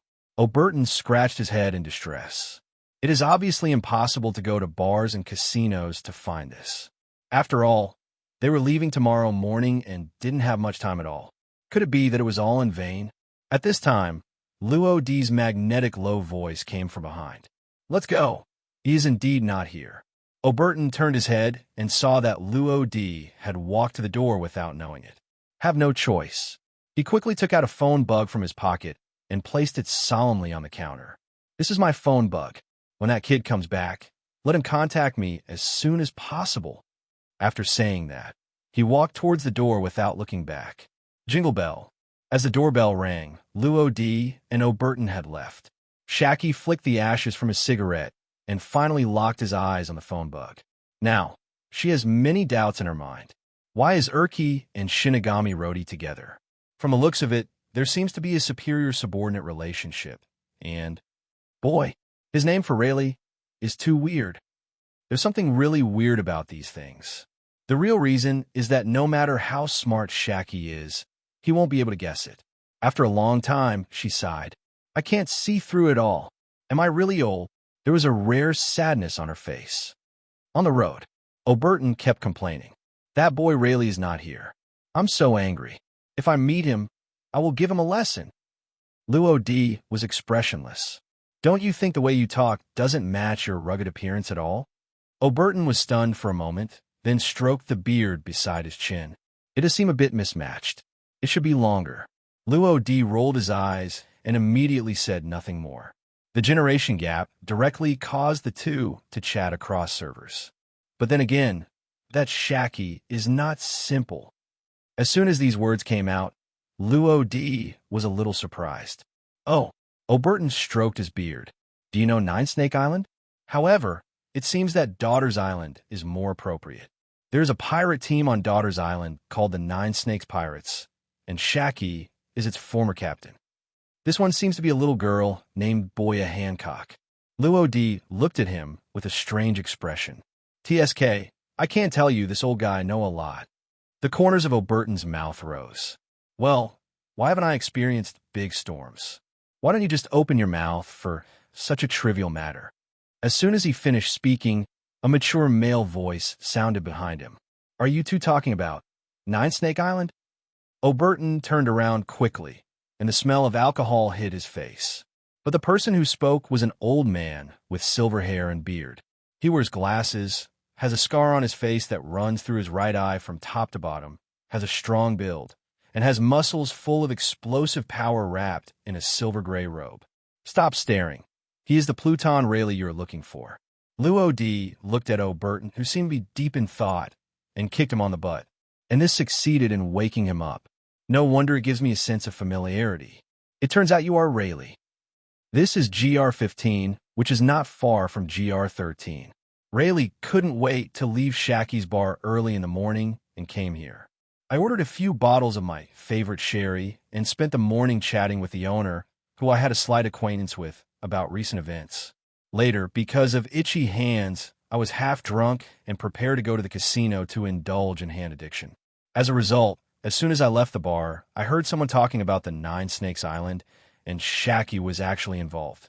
This made him wake up instantly. Shacky comes from Nine Snakes Island, which only a few established figures know. He didn't understand how the two people in front of him knew. However, when the two turned around, he immediately recognized them. Not only do you know Shacky's origins, do you even know mine as well? Rayleigh's eyes narrowed. There is some doubt about the identities of Luo D and O'Burton. Hey, Pluton Rayleigh, I came here just to see you. O'Burton's rough voice brought him back to his senses. His expression softened slightly. People on this island call me Lao Lei, the coder. Don't call me by my name easily. I'm old and want to live a more stable life. O'Burton's eyes gradually became sharp. I'm not here to tell you this. You may not recognize me now, but I'll remind you, Rayleigh. As soon as the words were spoken, people were already moving. Rayleigh's pupils shrank sharply. The two of them were only 2 or 3 steps away. With such a close distance, even he could not easily defend against a sudden attack.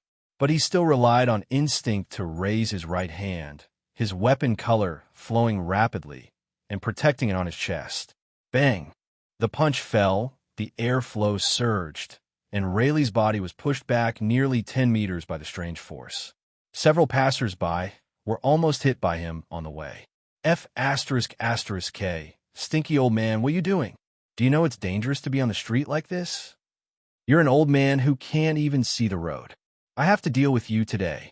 Well, I think it's better to forget it. This old man can't walk steadily. If you punch him, I'm afraid he will lose half his life. There were constant jeers and curses all around.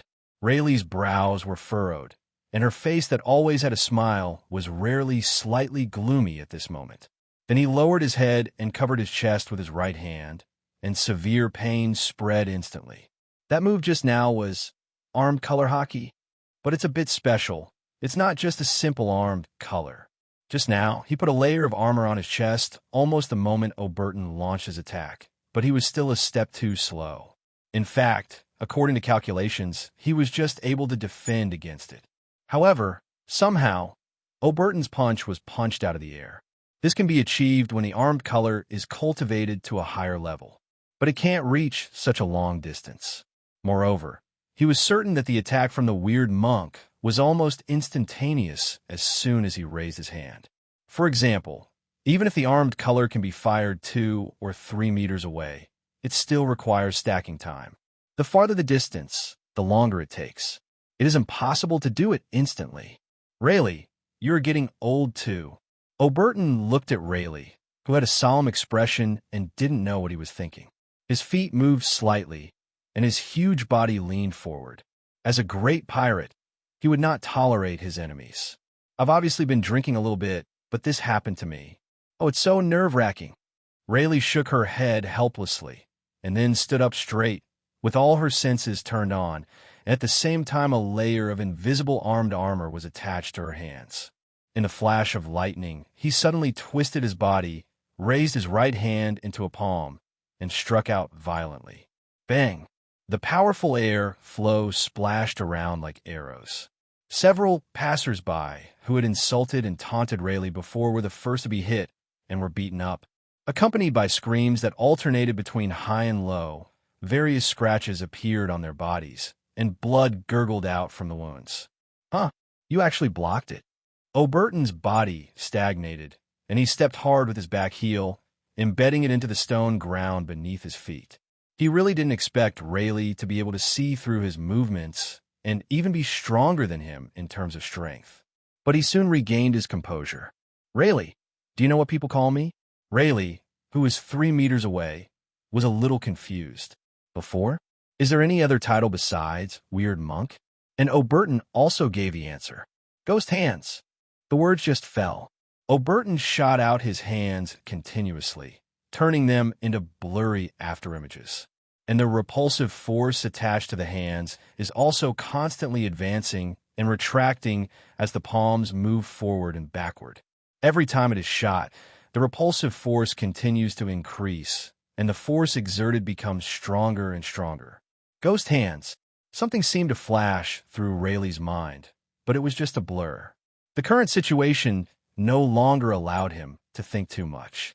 As time goes by, he will become more and more tired. Immediately, he gathered almost all the armed, domineering energy in his hands, and the power surged through his palms. This blow directly tore a large hole in the repulsive force of high-frequency movement. The pressure on his hands suddenly decreased. Rayleigh took steps forward, quickly stepped forward, and came to Oberton under his surprised eyes. With this weird ability, it seems you are a devil fruit user. I don't know why you are targeting me, but since you have taken action, you will suffer the consequences of failure. Rayleigh was completely drunk, and the king's domineering aura that belongs to the king's deputy was fully displayed. Although he is easygoing and peaceful, it does not mean that he will continue to do so if the knife is placed on his neck. He is a coder and a legendary pirate Pluton. With a palm shot, it was like the roar of thunder, and the powerful air pressure went straight to Oberton's face. Naturally, Oberton would not sit still and wait for death. He raised his right hand faster and rushed forward almost as soon as Rayleigh's palm fell. But the force was extremely heavy, and it was obviously not something he could easily withstand now. Under the double pressure of the ultimate armed and domineering force, Oberton's face turned red and blood surged in his body. He swallowed down the blood that came out of his throat, but saw that his left hand had hit Rayleigh's abdomen at some point. This speed, ghost hand you are. While Rayleigh was in pain, the floodgates of memory suddenly opened, and countless fragments of memory suddenly poured into his mind. He remembered there was once a legendary pirate nicknamed Ghost Hand who fought against him. However, he disappeared after being defeated by Roger. Immediately, Rayleigh endured the pain in her abdomen and increased the strength of her generous palms again. Puff! Oberton finally reached his limit this time, and a stream of blood spilled from the corner of his mouth. His body continued to move back with the force, and he did not stop until he was nearly 10 meters away. But the road paved with bluestone slabs left a parallel trace, surrounded by gravel, and the soil underneath was tumbling. Are you a descendant of Oberton the Ghost Hand? Rayleigh slumped slightly, clutching her abdomen, and beads of sweat broke out on her forehead because of the pain. His eyes were fixed on Oberton, his brows furrowed. Are you a descendant of Oberton the Ghost Hand? No, you're from Sky Island. Are you his descendant? This was the only possibility he could think of, but he remembered it clearly. The person in front of me is clearly called a weird monk, but he also calls himself Ghost Hand. This was something he couldn't understand. Opposite. It really hurts. Oberton glanced at his right arm, which was covered in bruises and was obviously somewhat dented. The arm bones under the skin had been broken. It was only the armament and repulsion that resisted it at the same time to prevent it from completely breaking. It can be seen that although Rayleigh is old, his power is still there. Then, he raised his head and looked forward and said coldly, Ghost Hand, Oberton? Boy, I will. Before he finished speaking, he was interrupted by a dull voice. You are the weird monk Erky. As soon as these words came out, Rayleigh was a little surprised. He looked sideways slightly, but saw that Luo-D's eyes were still on him. Their eyes met, but his expression was slightly solemn. Luo-D is very strong. He can feel it, whether it's the aura emanating from his body or the faint Kamui pressure. Perhaps it was because he was too young and did not have the posture to hide his edge in a sheath. It turns out it's you. I've heard about it a long time ago. Shinigami Luo-D. Luo-D raised his eyebrows slightly. Oh, even a famous Pluton Rayleigh knows about me. It seems that I am quite famous now. Rayleigh stood up straight again, took out a wine bottle from his waist, twisted it open, and drank it down. Gulu Gulu. Ah, after beating the celestial dragons, you dare to come back here so arrogantly just a few days later. You are really brave. To be honest, based on this alone, Rayleigh has no contempt for Luo-D, because anyone who dares to do this is either a fool or he is really confident. Luo-D obviously belongs to the latter. Hee hee. Luo-D chuckled and walked forward slowly. Don't you mean that you didn't take action against the celestial dragons? I at least left, but what about you? You've been staying on this island and haven't seen any marine come to arrest you. At this time, due to the previous battle, most of the pedestrians on the street had fled, and now there were only 3 people left. Only they can hear the conversation between Luo Di and Rayleigh. That's wrong. I didn't do anything to the Tianlong people. Rayleigh denied it. He doesn't want to be labeled as beating the celestial dragons. It's not because of fear, but because I don't want to cause unnecessary trouble. However, the look of surprise in his eyes became more intense. He did not take action against the celestial dragons, but used Conqueror's Haki to put them into temporary dormancy. But then again, there was no clear record in the newspaper that day. It just said that Straw Hat Luffy beat up the celestial dragon. How did Luo Di know about it? He was obviously not there. There's no need to hide it. Your expression says it all. Luo Di stopped less than 3 meters away from Rayleigh. Ah, is that so? Rayleigh scratched his head. Now that the pain in his abdomen was slightly relieved, he put the bottle away again. His face straightened, and he looked at the young man in front of him seriously. I'm afraid you're not here just to beat me up, right? Tomorrow. Suddenly, Oberton came over holding his broken arm. That's what I think. It's a pity that I haven't mastered cultivation yet. I will definitely defeat you next time we meet, Rayleigh. This may be a case of stealing the chicken, but losing the rice. Rayleigh suffered minor injuries and could no longer move one of his arms. I'm afraid nothing will happen to him tomorrow. I originally wanted to meet the so-called 3 Marine generals, but it seems I can't do that now. You'd better say a few words less. If it doesn't work, go back to 2G to treat you. Luo Di glanced at him helplessly, then touched the handle of Huang Quan's knife with his right hand and looked at Rayleigh. We do have other purposes, but quarreling with you is also one of our purposes. As he said this, he saw a flash of cold light passing by. The slash, which spanned nearly 100 meters, was rendered in strange colors of black and red, and surged out like thousands of horses galloping. It is simply a lack of martial ethics. Rayleigh's expression changed. He never expected that the guy who was talking 1 second would directly attack the next second. This is true for Luo Di, and so is Oberton behind him. No time to think too much. A flash of sharpness flashed in Rayleigh's eyes, but she saw that he was dwarfed, and the huge slash just missed his chest. That's right, he dodged and didn't choose to bear it. What? And when he stood up again, Luo Di came to him like a ghost, and Huang Quan slashed down diagonally with its unique, terrifying aura. It's so fast. With his armament concentrated, Rayleigh raised his right fist and struck out. This moment, the collision of knives and fists evolved into a collision of top arm colors. In an instant, the air flowed in the opposite direction, mixed with indescribable screams. Oberton, who was not far away, felt that his brain was a little confused and his whole person became groggy. I was actually affected by their battle. He looked at Luo Di with unparalleled shock. Luo Di is very strong. He has always known this. But I didn't expect that the other party could do this. Even he had never reached that level with the powerful weapon he displayed in the battle with Rayleigh. This is also the reason why his arm was injured by Rayleigh. He can condense the armed color into invisible armor, but he cannot yet pour the armed color into the enemy's body to attack from the inside out. The difference between them is self-evident. Bang, bang, bang.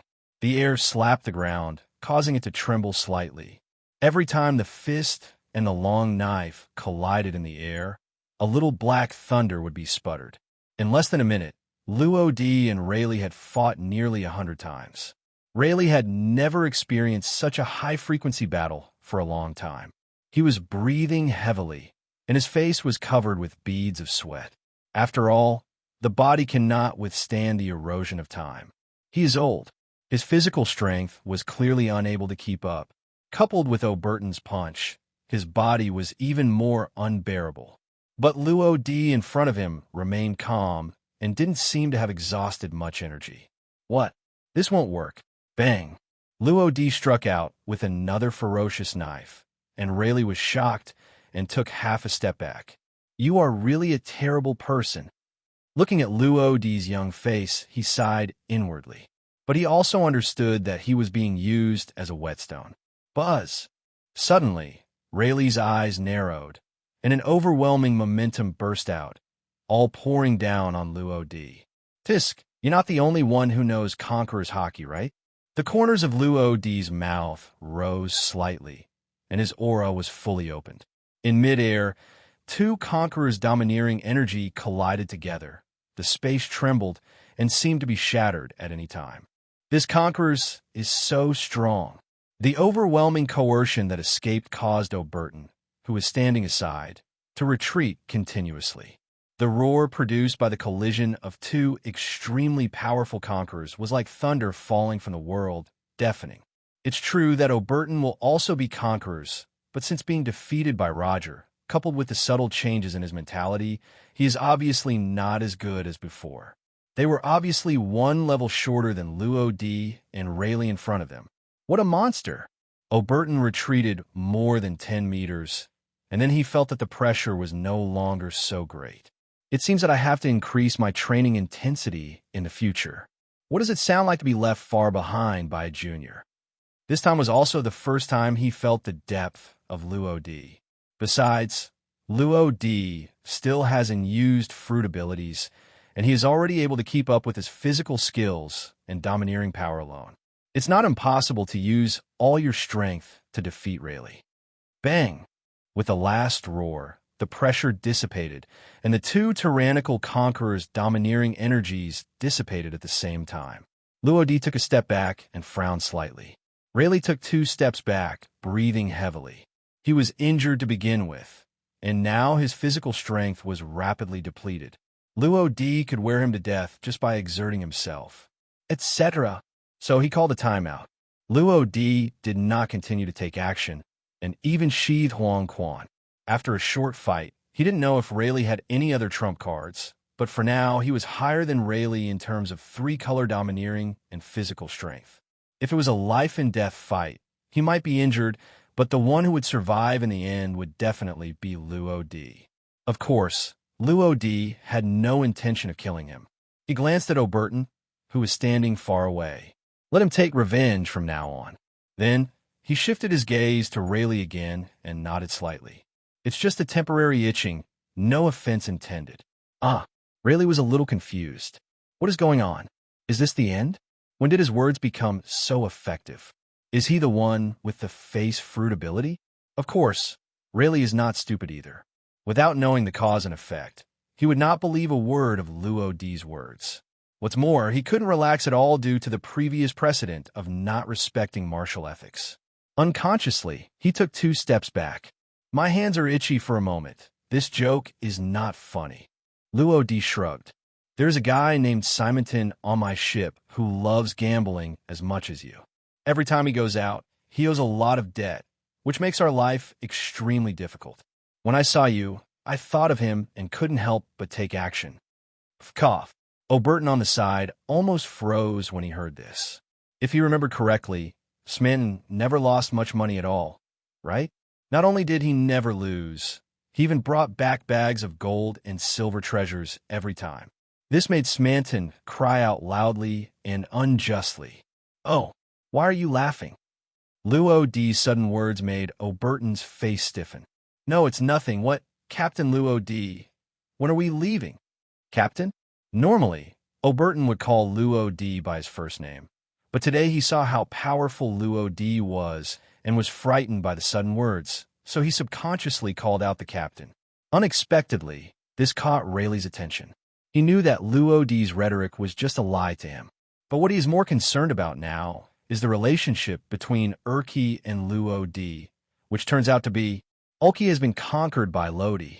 Obvious captain-crew relationship. Is this what happened when he first landed on the Sabaody Islands a few days ago? Thinking of this, Rayleigh looked at Luo Di more and more solemnly.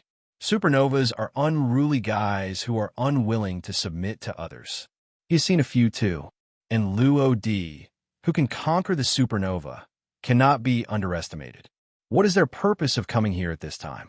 Perhaps because of this encounter, Rayleigh became more and more curious about Luo Di. Could it be that He thought about tomorrow's public execution led by Marine. Whitebeard, one of the 4 emperors, also declared war on it. You can imagine how chaotic this place will become. And Luo Di was not afraid of the impact of beating the Tianlong people and returned here. This is already very telling. You want to go to the execution tomorrow, Luo Di? One word breaks it down. Luo Di didn't panic at all when he was exposed, but asked instead, "Don't you think it's a pity not to go and see it? Is it Whitebeard's re-establishment of the legend, or Marine's victory? Only by witnessing it with your own eyes will your trip to this world be worthwhile." Rayleigh couldn't understand the latter sentence, but it was undeniable that what Luo Di said made sense. Ha ha ha, interesting. After a moment of silence, Rayleigh suddenly burst into laughter. This made Luo Di a little surprised. The reason why Rayleigh smiled was because he thought of an old friend. If you want to go, then go ahead. Isn't that what pirates are like? However, I still want to give you a piece of advice. The troops mobilized by Marine this time are at least more than 100,000, and each of them is an elite with military rank. In addition to these Marines, the 7 warlords of the sea will also join this chaos. War. You just beat up the Tianlong people not long ago. Once you are punished by them, the consequences will be terrible. Therefore, you'd better think about this matter carefully first. After all, you're not just one person. There are so many crew members behind you. Perhaps out of memory of his old friend, Rayleigh couldn't help but reveal some information he knew to Luo Di. As everyone knows, his words surprised Luo Di even more. I beat him up, but he was kind enough to give some advice. This Rayleigh is such a nice person. Rayleigh faced Luo Di's appraising gaze and smiled bitterly. Whether you believe it or not, it all depends on you. As he spoke, he took out the wine bottle from his waist again. He opened the lid and took a sip. Hey, no, forget it. Let's go. I have to buy wine again. This bottle of wine is a collection of jiaoyang given to him by the bar owner. There is only a small bottle. In order to suppress the pain, he took a big sip, but he hadn't tasted it properly. Now I have to ask for another bottle. Until Rayleigh was completely out of sight, Luo Di still stood there. Luo Di, if you don't leave, I'll leave first. My arms can't wait that long. Oberton came over, covering his arms with anxiety on his face. He finally had such a lookable body, and he cherished it very much. He didn't want to be missing arms or legs. At this time, Luo Di also came back to his senses. Let's go, but having said that, how about you stay in the Sabaody Islands tomorrow? Why? That boy with white beard, I also want to see how far he has reached now. If you go, it's like adding another burden. It will only delay our escape. What? Oberton never expected that the reason for Luo Di's refusal was that it would delay his escape. But having said that, it's true. Go to someone's lair and take a stroll. If you don't have absolute strength, how can you not escape? At least now the Shinigami pirates can only escape. Even Luo Di, as the captain, had no choice but to run away when facing 2 generals at the same time. Not to mention there are 3 generals, 1 fleet admiral, and 1 marine hero. This is equivalent to 5 generals. Well, since you said so, I will stay in the Sabaody Islands. In the end, Oberton chose to compromise. Luo Di nodded. A child could be taught. Oberton was stunned for a moment, obviously not understanding. But Luo Di had no time to pay attention to him. Instead, he quickened his pace and headed towards GR1 quickly. He still had some things to prepare. No sleep tonight. Malinvando. Several towns on the island dedicated to housing the Marine family have long been deserted. Occasionally, a few Marines passed by and they knocked on the door, seemingly to confirm whether the residents inside had left. After a long time, the Marine team of less than 10 people gathered in a deep alley. Since the residents had already left, the whole town was extremely quiet, and the voices of conversations seemed particularly clear. The transfer is finally completed. I just hope that tomorrow's battle will not spread too far. Otherwise, this place will have to be rebuilt. Who says it wasn't? That golden lion destroyed most of the town. I was still very young at that time, but I still haven't forgotten the scene that was like a natural disaster. Many familiar people died one after another, and I could only watch. I looked at it, helpless. A young Marine who was recording something put down the pen in his hand, his face full of sadness. My brother died in that incident. This is also the reason why I became a Marine.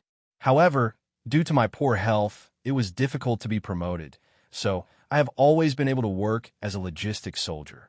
As soon as these words came out, everyone was silent. They're all logistics soldiers. If I had to describe them, perhaps it would be more appropriate to describe them as men.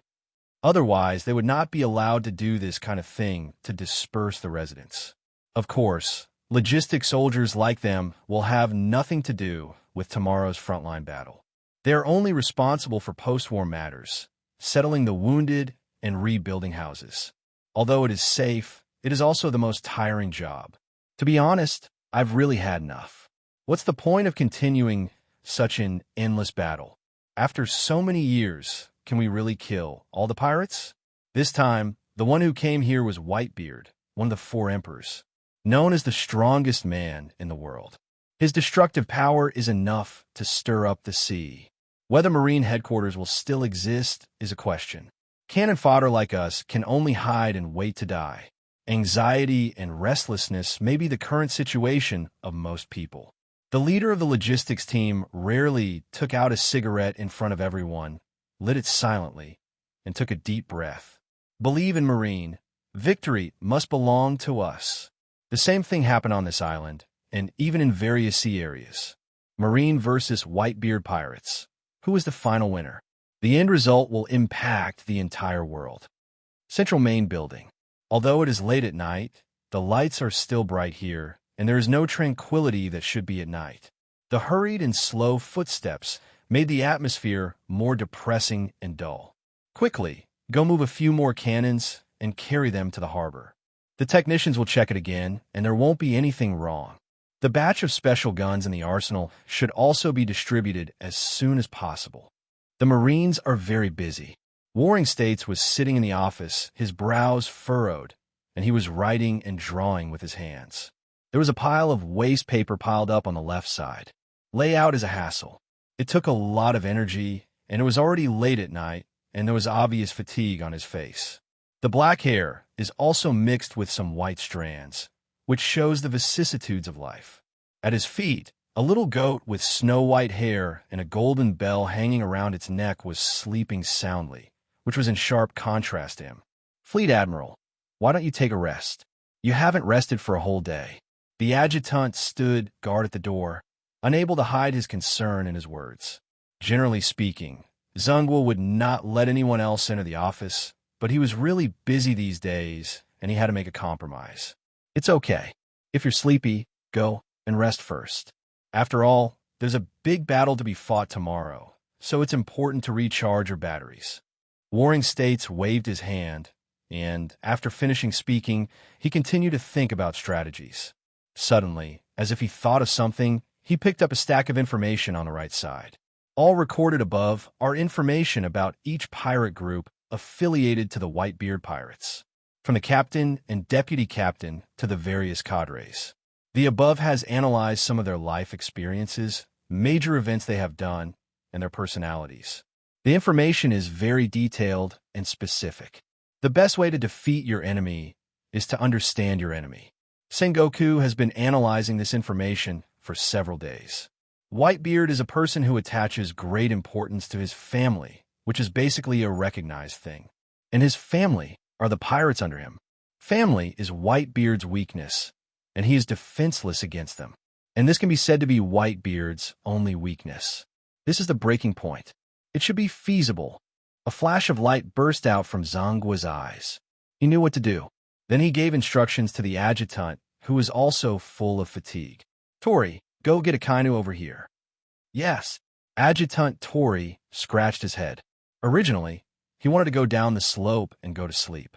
However, looking at Fleet Admiral's excited look, he should have found some way to break the situation. Tori didn't dare to delay and hurriedly walked out. In a new world, the Whitebeard fleet, which had already been coated, began to dive at the same time. They would pass by Mermaid Island and head to Marinavando on the other side of the Red Continent. Total war is approaching. I am destined to have no sleep tonight. Ace, wait. We're coming to rescue you right now. This idea almost lingers in everyone's mind. On the eve of the decisive battle, Whitebeard rarely drank. Even though he doesn't accept old age, he knows his physical condition better than anyone else. It's all about looking your best. At the same time, no one expected it. The other four Emperor's pirate group has also been coded early and is ready to go at any time. Boss, why don't you leave yet? I can't wait any longer. I wonder if I can see that little devil Luffy this time. Needless to say, that kid will definitely not be able to sit still after receiving the news. Facing the crew members, the red-haired man sat cross-legged on the bow of the ship, drinking wine with his head down, silent for a long time. But there is some kind of different emotion hidden under those calm eyes. He had a premonition. All of this has something to do with that guy Blackbeard teach. Maybe he was behind all this. After a while, the red-haired man looked up at the sky and slowly stood up. Set off. If there is anyone who is the real winner in the war, it is undoubtedly Blackbeard. The next day, advance outside the city. Lieutenant General Ghost Spider checked the time. It's exactly the appointed time. Magellan pushed Ace, whose hands were bound by sea tower stone chains. Now deliver the felon Padoka's D. Ace to Marine. Ghost Spider took it smoothly, held Ace down with one hand, and walked towards the rear warship. Soon, as the anchor comes out of the water, several warships gradually moved away, and Magellan returned to impel down. There are still many little mice inside that have not been dealt with. Another long time passed. Several huge figures slowly came down from a warship near the outer wall. At the same time, in the Fleet Admiral office of Marine Headquarters, a Major General looked terrified, his forehead covered with beads of sweat. As expected, we couldn't find it anywhere. There is still more than 5 hours before Ace's execution. During this dangerous period when Whitebeard may appear at any time, we searched the entire island and could not find the 7 warlords of the figure of Blackbeard, one of sea. There's one more thing. A warship without sailing permission has arrived. Impel down. As soon as these words came out, what? Warring State's heart also beat involuntarily, and his expression changed drastically. Something seemed to be slipping out of his control. Could it be that Blackbeard will become the biggest variable? It seemed to be echoing his thoughts. It took several hours to travel outside the city. Blackbeard and several of his crew members swaggered off the Tailwind warship hijack from Marine Headquarters. They came with Ghost Spider's warship. Perhaps because everyone's attention was focused on Ace, no one noticed that there was a warship coming from Marine Headquarters that had not yet left. Why is that guy here? Go and investigate the inside of that warship. A total of 5 people and 1 horse came down. They're the leader of the Blackbeard pirates, Marshal D. Teach, the helmsman Giza's badges, the sniper Van Oka who ate the teleportation fruit, the ship's doctor Dooku who ate the sickness fruit, and the phantom beast who ate the fruit of growing Pegasus is strong, as well as the trickster who takes the place of the navigator, Vimu, is not to be underestimated. His bounty is as high as 50 million Baileys, which is very consistent with the style of the Black Group. Looking at the nervous faces of all the Marines, Blackbeard's rough face had his signature smile. "Haha, why are you so scared? I am 7 warlords of the sea, but I am from the government." As he spoke, a large amount of dark matter began to spread from his feet to the surroundings. Amidst bursts of screams, dozens of Marines were swallowed up by it, as if they did not exist in this world at all. The other Marines who had not yet reacted were also eaten away by the darkness.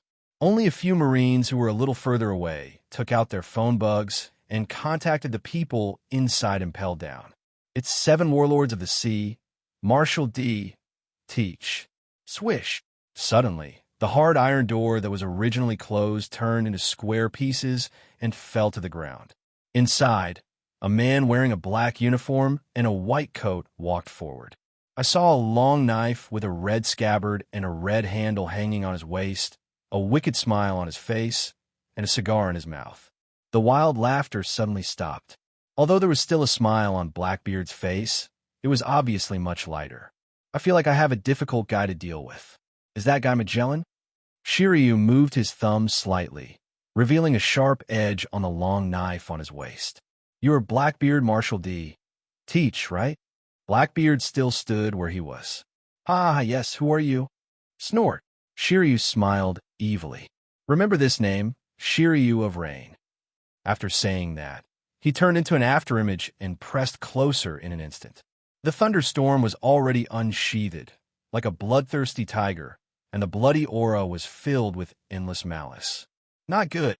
Fan Oka's expression on the side of Blackbeard changed suddenly. As a sniper, even though he can't see and smell the color yet, his perception is extremely sharp.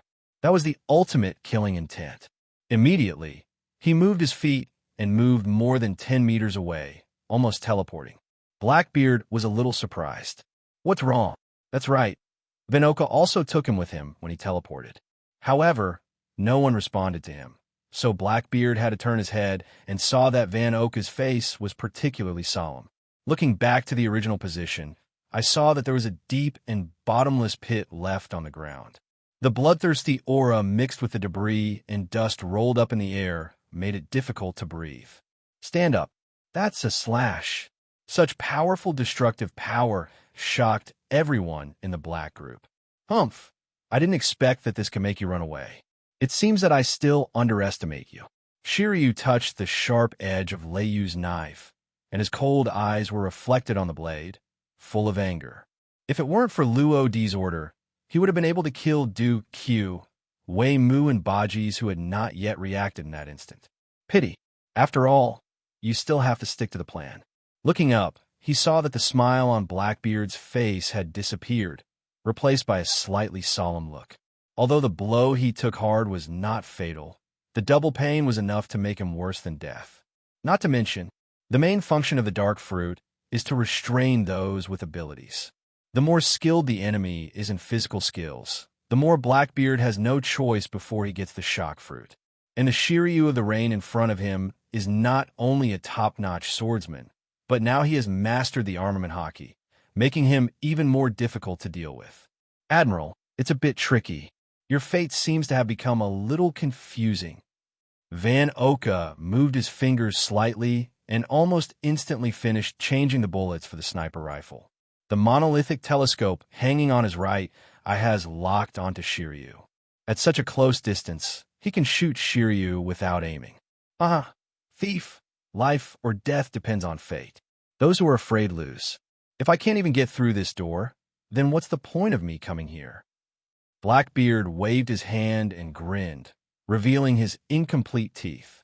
Swish! Shiryu caressed Thunderstorm like a lover. "Then come and give it a try and see if my sword is faster or yours is stronger. The war is about to break out." In the end, after a hearty battle, Blackbeard and Shiryu of the Rain cherished each other, and Shiryu joined the black group. And is all this really that simple?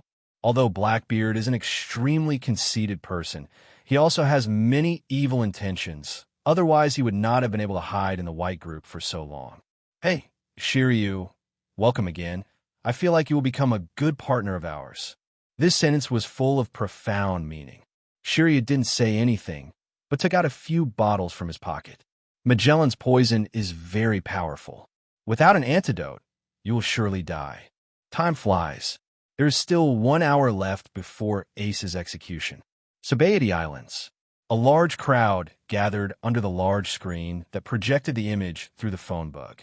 Reporters, pirates, bounty hunters, human traffickers, civilians, and even nobles all came here, but different classes seemed so harmonious at this moment. But on the big screen, Marine had already taken a stance. This scene is really rare to see in 100 years. It shows that Marine is under great pressure. This battle is of great importance. We can only win. If we lose, I can no longer imagine how chaotic this sea will be. Jia, Jia, Jia. Who is Whitebeard? I saw that man once, and with just one glance, I gave up hope of survival. And in an inconspicuous corner, a figure that wrapped himself tightly huddled to one side. Under his dome hat, his weathered face was full of fanaticism. "We're finally here, Shinigami Luo D. You'll definitely come, right?" This person is Oyamo, the West Blue reporter who drifted through many seas and went through many hardships and dangers before arriving at Sabaody. Previously, he had learned that Luo Di had beaten the Tianlong people, so he rushed over from another island without stopping. He had an inexplicable feeling Luo Di would definitely make a big fuss in this big incident. And not far away is Malinfando. Marine sets a dragnet. There are 50 large warships surrounding the island.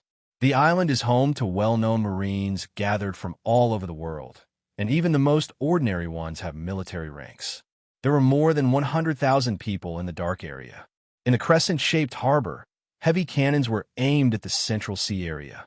As soon as the Whitebeard pirates showed up, the sky would be filled with artillery fire waiting for them. Standing at the forefront of the harbor are 5 of the 7 warlords of the sea. They are Moonlight Moria, Tyrant, Bartholomew Bear, the world's best swordsman, Hawkeye, Jorkol Mihawk, the Empress, Boya Hancock, Heavenly Yiksha, Don Quixote da Flamingo. Among them, except for Xiong, the remaining people were big pirates in their own country, and countless people died under their hands. On Marine's side, Marine's strongest combat force was deployed, respectively, Akiji, Kuzan, Akainu, Sakaski, Kizaru, Porcelino. The 3 generals were guarding under the execution platform with serious expressions and such a strong momentum that no one dared to look directly at them. Jingle bell. Suddenly, the sound of chains gradually sounded along with the sound of footsteps.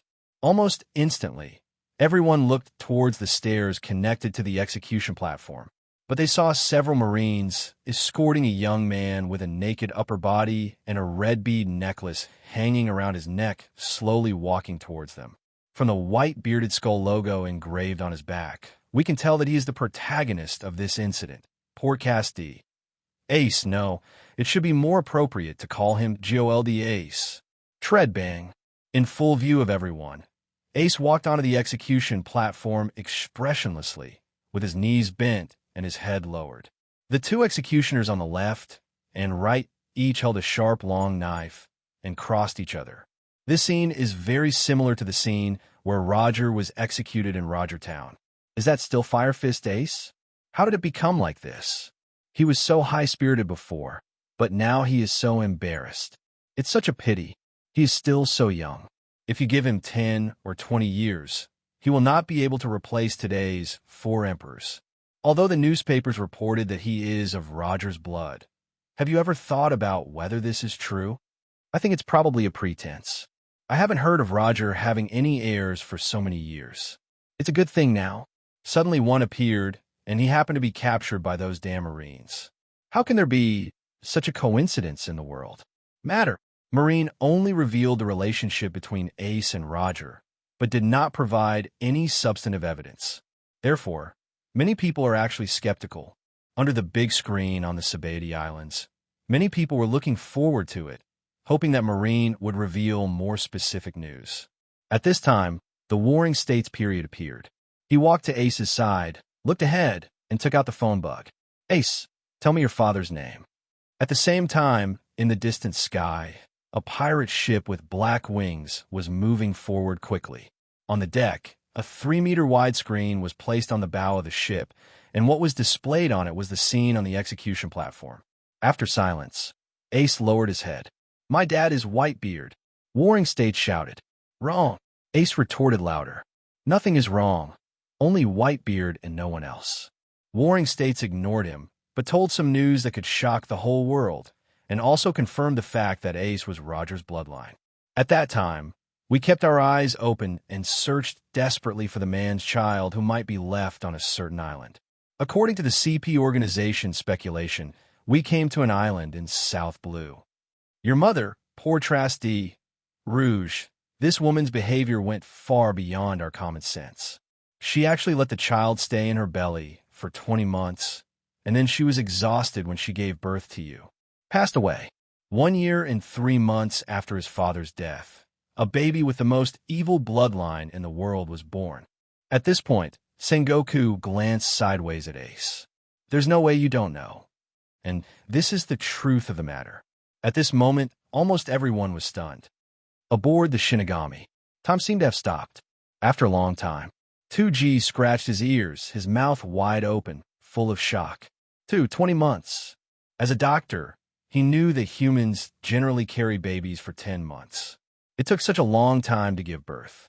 Putting aside other things, the pain that Rouge, as the mother of the child, endured is beyond the comprehension of ordinary people. Simonton looked complicated. Maybe this is what is called maternal love. He also has a past that he cannot bear to look back on. Lafayette pressed his hat, as if he was sneering, but also seemed to be mocking himself. Mother's love? I don't believe in that. Aiko sat in front of a round table, holding her chin with both hands, staring blankly at the big screen. That guy named Ace is so pathetic. It's just, who is not pitiful? Winnie unconsciously stirred the half-drunk juice in the cup with a straw, not knowing what she was thinking. Fryan fiddled with his mechanical parts from time to time, seemingly having no idea about them. Luo D looked up at the sky, his eyes blurred, as if he was remembering the past. After a long time, he shook his head again, and his eyes became clear again. Okay, we are almost there, but someone should arrive before us. Lafayette asked subconsciously. Who? Luo D pointed to the big screen in front of him. Look, they're coming. Under the stairs of the execution platform, a Marine colonel came over in a panic. Sengoku, Fleet Admiral, report. The Gate of Justice did not receive any instructions and opened automatically. The power room cannot be contacted. Warring State's complexion changed drastically. What? Now, outside the powerhouse that operates Malinfando's Gate of Justice, a mysterious man, shrouded in black robes, put his hand on the wall in front of him. It seems the information is correct. That button is the control button. Under the curtain, there is a familiar face. Brillo, no, calm down now. Listening to the footsteps and conversations coming from inside, he pushed with one hand, and the next moment, a door appeared out of thin air on the wall. When he stepped inside, the door closed perfectly again, leaving no trace on the wall. Come and go without a trace, nothing more than that. Damn it, Warring States was a little irritable. First, Blackbeard went to impel down without anyone noticing. Now the door of justice in Marine headquarters suddenly opens again. There seems to be a pair of big hands directing all this. The so-called wise general must keep a calm mind at all times, but now, how can he be calm? The wind has stopped. Everything is silent, which is a precursor to the coming war. And on top of the watchtower, coming, suddenly, a Marine who was constantly observing the distance with a telescope seemed to have discovered something. His pupils shrank sharply, and his expression became nervous. But in the distance, in the mist floating above the sea, sailing ships were reflected like ghost ships, constantly appearing in the field of vision. They seemed to appear out of thin air and came silently. Woo-woo. That Marine sounded the alarm. Everyone, get ready for battle. In an instant, the Marines, who were shocked by Ace's life experience a moment ago, fully demonstrated what it means to be well-trained. They raised their guns and prepared their cannons, waiting in full formation, staring solemnly at the sea area opposite the harbor. Almost at the same time, but on the big screen, pirate ships gradually appeared in people's sight. The pirate fleet, a total of 43 pirate ships, is approaching. That sense of oppression fully demonstrated what the Imperial pirates were. This is completely different from the ordinary pirate group. The captains of each pirate ship are notorious ruthless characters in the New World. Ordinary people would only take a detour when seeing them. Above the white clouds, a small black spot is gradually enlarging. Shinigami number. Smanton's originally depressed mood was instantly attracted by the big screen, his face full of astonishment and shock. Is this the Imperial pirate group? It's really huge. There are 43 pirate ships. Each one is a large pirate ship over 100 meters tall, and the total number of people is more than 50,000. Even the Sabaody Islands, the island closest to the New World, may not have so many pirates. This shows the profound background of the Whitebeard pirates. And they're all people with great backgrounds. The Ranger Tama, the Thunder King Makagai, the Great Vortex Spider Squado, TSK. But having said that, there seems to be no Whitebeard in there. Could it be that he is hiding at the end? Face. As the navigator and intelligence agent of the Shinigami pirates, Lafayette observes very carefully. Simonton pushed up his glasses and said in hindsight, "Yes, if you say that, it seems like you haven't seen Whitebeard, not even the captains of the Whitebeard pirates. So where are they?" Luo D chuckled. "There are only two ways to go from one end of the Red Earth continent to the other end of the New World, either by abandoning the ship and passing through the Holy Land Mary Joa, or by coating and entering from the Fishman Island. And the same is true for returning here from the New World." Lafayette was the first to react. "So, they're going to start from on the screen. But I saw the sea water inside the crescent-shaped harbor rising continuously. Whether it was the Marine at the bottom or the Sengoku and the three generals at the top, they all became nervous at this moment. Among them, Warring States reacted the fastest, his eyes fixed on the Central Sea area. "I see. Do their ships come from the bottom of the sea after being coated?" And from such an unexpected place, Marine's layout also made mistakes. Most of their firepower was aimed outside the harbor. "Now we're in trouble." Puff. Under everyone's gaze, a giant pirate ship that looked like a whale rushed out of the sea. The huge hull glowed with 7 colors under the sunlight. When it came into contact with the sea water again, the film completely shattered. That's the main ship of the Whitebeard pirates, the Moby D **K. What shocked them even more was that the sea water did not stop there, but continued to churn. The Marines were shocked. "Is it possible that you still want to come over?" Just as they thought. Again, 3 more ships of the Whitebeard pirates appeared. 3 auxiliary ships, almost the same size and shape as the Moby D **K, rushed out of the sea at the same time. The total number of people on the ship is about 1,600, and everyone is the best among the best. And this is the real Whitebeard pirates. The most eye-catching among them is undoubtedly the captains of each division. The Whitebeard pirates are divided into 16 divisions. In addition to Ace, the captain of the 2nd Division, who was captured, and Sachi, the captain of the 4th Division, who died more than a year ago, there were 14 captains who came. Even among Marines, these people are at the level of Lieutenant General, and their strength should not be underestimated. But having said that, Ace was captured by Blackbeard, Thatch was killed by Blackbeard, and in the end, even Whitebeard's shock fruit and the position of 4 emperors were taken away by Blackbeard.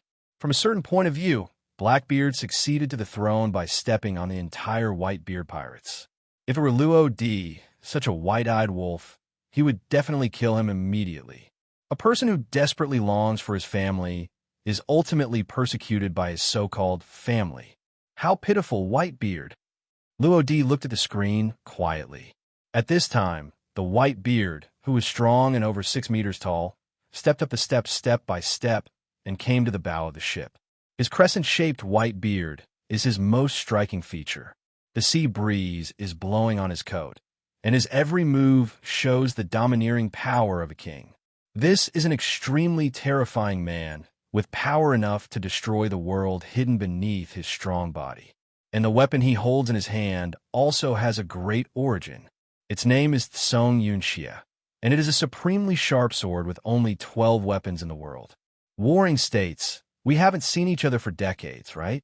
Whitebeard's eyes were fixed on Warring States. Although there was a smile on his face, no one would think that he was a kind person. Whitebeard, Warring States frowned. To be honest, Whitebeard's surprise attack went straight into the hinterland and was already very close to the execution platform. If he wasn't careful, Ace might be rescued by him. Gulalala, is my dear son okay? With that said, Whitebeard turned his attention to Ace again. On the horizon, the Shinigami was getting closer and closer, and the prototype of the ship could be faintly seen.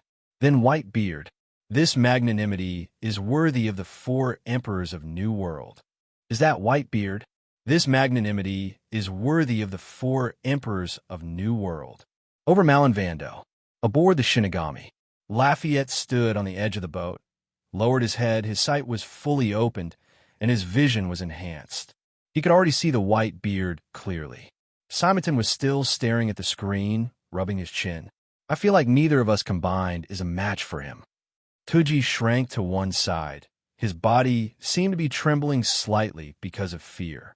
I heard from Boss Cat Viper that Whitebeard is a strong opponent of Roger One Piece.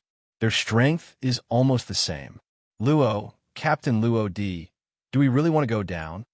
Aiko patted its head. Little Tuji, what are you afraid of? My sister is here, and I guarantee that nothing will happen to you. Her confidence is that she is flexible and can fly. But within a certain range, even in the sky, Whitebeard can knock you down, and this is his terror. Sudden, the space began to vibrate. Even the Shinigami swayed from side to side. What's wrong? Everyone subconsciously looked at Luo D. After all, he was the one controlling the flight of the ship now. But Luo D shrugged. Don't even look at me like that.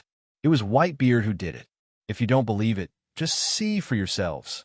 But on the screen, Whitebeard thrust Song Yunshi into the bow of the ship. His legs were slightly bent, veins popped out of his thick arms, and the aura erupting from his body was almost suffocating. And as he punched out, the atmosphere shattered like a spider web, and the sea began to shake. The seawater surrounding the Marine headquarters soars into the sky, reaching a height of nearly 100 meters. The island where Marine's headquarters was located seemed to be shaking from side to side. Soon, the water fell again, and everything seemed to be calm again. What's going on? It suddenly became quiet. Are you waiting for an order? On Marine's side, everyone who was still a little flustered was now left with lingering doubts. Whitebeard's blow seemed very powerful, but it didn't seem to have any real impact. Right? Is this a bluff? The so-called strongest person in the world is also weakened by old age? But soon, everyone discovered something was wrong. The condescending Shinigami pirates were the first to notice. Look, that's a tsunami. Is this the world's top combat power? It's really scary to be able to cause horrific natural disasters with your bare hands. Marine won't lose like this, right? Such a terrifying tsunami. I'm afraid Marine won't be able to resist it, right? The seawater pushed back, and the huge waves beat against the knot-high coast. Marines who were closer to the shore fell to the ground one after another, with despair on their faces. And this is just the first wave of pushing back waves, and the subsequent waves will become more and more terrifying. It seems that the Marine headquarters will be swallowed up by it at any time. When the force reaches a certain level, the number of people can no longer dominate the victory. Only the strong can stand firm. In fact, whether it is the Marine side or the white team side, once the battle starts, who can win mainly depends on which high-end combat power is stronger and which one is weaker. Whitebeard is naturally very strong, and the tsunami caused by his bare hands is also very shocking, and many Marines feel desperate because of this. But Marine is not weak either. Don't underestimate Marine. Luo D's eyes were always fixed on the three generals on the main seat. As if to confirm his statement, Akiji moved. But he saw his legs exert force and ejected into the air. As his arms spread out, the two ice picks continued to extend from his palms, and in an instant they submerged into the waves hundreds of meters high. Ice Age. The terrifying cold air caused the seawater to freeze, and the waves condensed into two huge curtains in the air before they fell, sealing off the Marine headquarters. Akiji did not stop there. After the waves were controlled, he fell vertically and turned into a human-shaped ice sculpture and fell into Crescent Bay. The cold air emerged again, and in another breath, the water in the bay froze instantly like giant waves on both sides. The Moby D **K and its three auxiliary ships parked in the sea were firmly fixed by the frozen water and unable to move. The situation reversed instantly. This is the role of top combat power. Isn't that Akiji? His strength is so terrifying. This big scene brought great shock to Simonton. Suddenly, he seemed to have thought of something and looked at Luo D subconsciously. By the way, Captain, haven't you fought with him before? For such a strong guy. How did you slip away from him? At that time, Luo D was indeed not that strong and could not compete with the generals. Luo D only replied 4 words. He can't fly. In this world, flying and not flying are another concept. At this time, the Shinigami was less than 300 meters away from the Marine headquarters. Since the clouds in the sky were scattered by Whitebeard's blow, as long as you pay a little attention, you can find abnormalities in the sky. By coincidence, the Marine who had sounded the alarm before noticed a flying ship on the observation deck. He rubbed his eyes subconsciously. Since he had just fallen down a moment ago, he was still a little confused and thought he had made a mistake. The ship is flying? Am I dazzled? And when he looked through the telescope again, he saw that the spacecraft was getting closer and closer. Facts have proved that he was not wrong.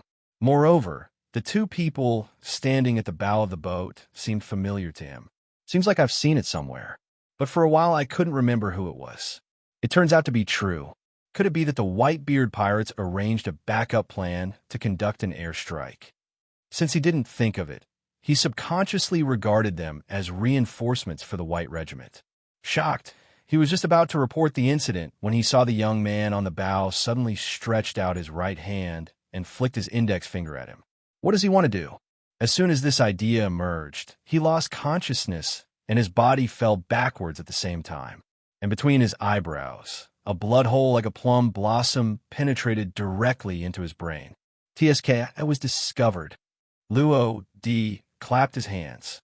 Lafayette on one side silently took back the cane sword that showed a cold light without saying anything. In fact, he also felt the line of sight, but he didn't determine the location so quickly. At this time, Luo D spoke. Okay, it's time for us to find a place to park the boat, why not? He glanced down. Just park at the top of Marine headquarters. Boom, boom, boom. The simple confrontation between Whitebeard and Akiji became the trigger for the battle.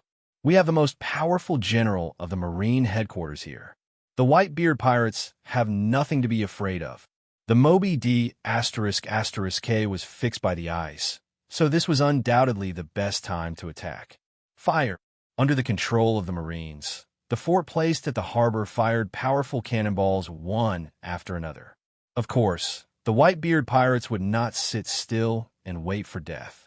The pirates on the Moby Dick and the three auxiliary ships swarmed down, using the ice created by Akiji as a foothold, and launched a charge. The battle is about to break out. Inside the crescent-shaped harbor, Marine and pirates fought together, fighting fiercely. The scene became very chaotic at one point. All Marine lieutenant generals were dispatched at the same time, and several captains of the White Group also appeared. And outside the harbor, the pirate groups affiliated with the Whitebeard pirates also took action. The pirates disembarked from 43 pirate ships. Akiji froze the sea water, making it easier for them to walk on the sea, but at the same time, it also slowed down their attack. There's still a long way to go from the bay. They are unable to provide immediate assistance to the White Group and can only continue to speed up their progress. Return to the harbor. An unexpected man seemed ready to take action. Juracol Mihawk. Are the 7 warlords of the sea finally taking action? Hawkeye's movements caught Marine's attention. Even the 3 Marine generals were a little surprised. To be honest, compared to the other Shichibukai, they didn't expect much from Hawkeye. He can be called the best swordsman in the world, and his strength goes without saying. During this period of time, Marine would not be foolish enough to provoke him. Even if he did not take action, he would not be truly removed from his position as Shichibukai. However, if he wants to attack by Tuan, it will be even more powerful for Marine. Doflamingo, who was beside Hawkeye, spoke. What? Are you going to have S***X? Hawkeye's sharp eyes like an eagle have been locked on Whitebeard, and there is an indelible fighting spirit between his brows. Just try to see how far the man in front of you is from us. As he spoke, he turned his right hand around and pulled out the long black knife behind him that was almost the same height as him. There are only 12 supreme sharp knives in the world. Its name is Black Knife Knight. It is also the strongest black sword in the world. Everyone's eyes can't help but be attracted by it. But when Hawkeye raised his right hand, everyone held their breath, waiting for his next move.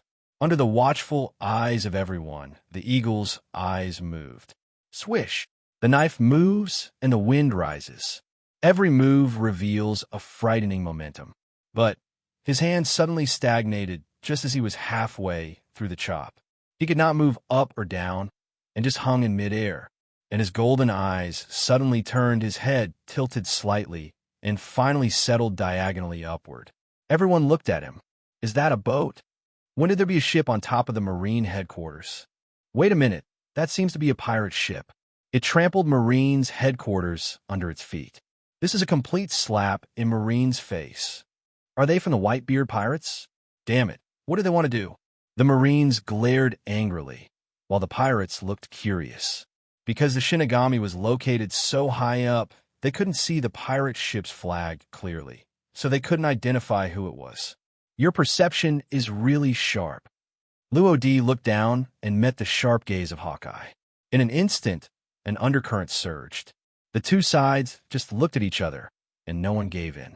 At this time, someone suddenly exclaimed, "That's Shinigami Ropey and Devil Sheriff Lafayette. The Shinigami pirates are coming." It's loud. The three generals turn around and look behind and above almost at the same time. Kizaru and Akiji, who had fought against Luo Di before, had doubts in their hearts after seeing that familiar figure. Why is that guy here? They couldn't understand why Luo Di appeared here. Helping Whitebeard? This is obviously unreasonable. One was making waves in the first half of the Grand Line, and the other was stirring up troubles in the New World. There was obviously no intersection between them. Different from the two of them, the last General Akainu clenched his fists, and his serious face was full of murderous intent at the moment. That kid, he just doesn't know how to live or die. Akainu pursues absolute justice. He has an extreme personality, is ruthless, and will do whatever it takes to achieve his goals. He desperately wanted to kill a pirate like Luo Di, who had great potential for full of evil in his cradle. After seeing Luo Di stepping on the head of Marine headquarters, this thought continued to amplify. Marine Fleet Admiral Sengoku frowned. What is his purpose for appearing during this time period? Nowadays, Marine is having a hard time facing the Whitebeard pirates. Luo Di, who cannot be captured even if Garp and Kizaru join forces, joins the battle. He could no longer imagine the final direction of this war. The situation was completely beyond his control. Luo Di's gaze still stayed on the area where Hawkeye was. That's where the 7 warlords of the sea are located. Doflamingo looked at Luo Di and twisted his fingers unconsciously. He grinned and licked his lips. Fufufu, what a surprise. Originally, he wanted to wait until Luo Di arrived in New World before dealing with him. Now it seems that we don't have to wait so long. While Brother Ming was stunned, a strange laughter came from his side. He subconsciously looked sideways and saw a strange smile on Moonlight Moria's face, and the enthusiasm in his eyes was clearly visible. Jaihihi, I will accept your shadow. Although he suffered defeat at the hands of Luffy, he still did not realize that only when he is strong can he be truly powerful. Blindly relying on foreign objects is not his own after all. Dover instantly understood what he was thinking, with a dangerous smile on his face. Hey, I said, Moria, that guy's my prey. Mariah laughed and met Dover's eyes. If you just want to teach him a lesson, then I have no objection. However, if you want him to die, then don't blame me for being rude. Moria's ability must ensure that the original owner is alive. If the original owner dies, the shadow he intercepted will also disappear. He took a fancy to Luo Di's ability and naturally didn't want him to die at the hands of Dover. Fu, it's interesting, but it doesn't count if you say it. Do you think I'm afraid of you? Heavenly Yiksha. The two argued endlessly, but neither one really took action against the other. Now that the 4 emperors are in front, a fight at this time will only hurt both sides. If you're targeted by people from the white group again, you will only be asking for trouble. In addition to Doflamingo and Moria, the Empress was also looking at Luo Di silently. Of course, it's not love at first sight, but a curiosity. She was curious about who dared to beat up the Celestial Dragon. However, since her location was 200 to 300 meters away from the Shinigami, she couldn't actually see clearly. She could only vaguely see that it was a young man with a tall and straight figure. At a glance, Luo Di gave her a strong feeling, which was different from the feeling Luffy gave her. It was as if the sword had just seen blood after being tempered for thousands of times. It is still impossible to hide the edge and sharpen the edge. The two can almost be said to be 2 extremes. It turns out he is Luo Di. Among the Shichibukai, The only one who is not interested in Luo Di is probably the tyrant Bartholomew Bear. At this time, he had been transformed by Vegapunk, completely losing his humanity and becoming a robot that could only obey orders. In addition to Marine, Baituan also noticed Luo Di's existence. Jiror, it turns out to be that kid. Speaking of which, Ace also wants to. Whitebeard's smile suddenly faltered. He looked up and saw Ace looking at the Shinigami above Marine headquarters. At this time, Marco suddenly flew over. Dad, Marine's attention had been attracted by Shinigami Luo Di. Now is the best time to rescue Ace. Whitebeard's face straightened up, and he nodded silently. Then he waved his hand. Even though he didn't speak, the captains of each team understood what he meant. Kill. In a moment of counterattack, Marine killed and injured hundreds of people in an instant. Warring States also immediately came to his senses and quickly took out the phone bug. The artillery force target the enemy ships and the following pirates and prevent them from approaching. After giving the order, the Marines immediately executed it. Yes, the sound of gunfire spread. The powerful firepower slowed down the progress of the White Regiment again. The two sides were going back and forth. The pirates were struggling to move forward. Marine hurriedly resisted, and for a while, they were deadlocked again. Hawkeye also withdrew his gaze and looked at Whitebeard again. Then let me try to see how big the gap between us is. With a serious face on his face, he raised his right hand again, and, as his arm exerted force, huge force spread across the blade. Under the heavy slash, a flash of cyan edge flowed out and poured out. The ice surface was torn apart by the huge slash, and the sea water rolled out. The pirates along the way tried to escape, but were completely unable to do so, and could only become dead souls under the knife. The unstoppable slash moved forward quickly, and almost instantly it arrived at the Moby D****K, whereby Busey was. Just at this moment, a huge figure suddenly rushed out and blocked the Moby D****K with his body. Bang! The green edge completely engulfed it, and a huge collision sounded throughout the harbor. In the splashing ice mist, the figure could be vaguely seen retreating, but he actually caught the slash with both hands. With a roar, he almost used all his strength, and the slash shot straight into the sky along with his powerful wrist, turning into a stream of cyan light and dissipating suddenly. The world's best slash was actually blocked. The Marines were shocked, and when the ice mist dissipated and the dazzling light came into view, everyone could see clearly who was the person who blocked the Hawkeye's attack. That's the captain of the 3rd Division of the Whitebeard Pirates, Diamond Josie. Hawkeye's face was expressionless, and after one attack had no effect, he relocated the Black Knife Knight behind him. Josie ate the sparkling fruit. Facing Josie, who had eaten the sparkling fruit, even he couldn't do anything to him for a while. Other side, Moria and Minggu reached an agreement. Fufufu Moria, how about this? Whoever catches the kid first will be dealt with by him. Jaihihi, I'm offering a reward of 300 million Baileys, and I will make him into the world's most powerful special zombie. Just wait. Brother Ming sneered, and then he kept twisting his fingers and silk threads that were so thin that they were difficult to see with the naked eye shot out. The next moment, he exerted force with both hands, and his body soared along the direction of the silk thread. His destination is clearly the Shinigami located above the Marine headquarters. Doflamingo had already taken action.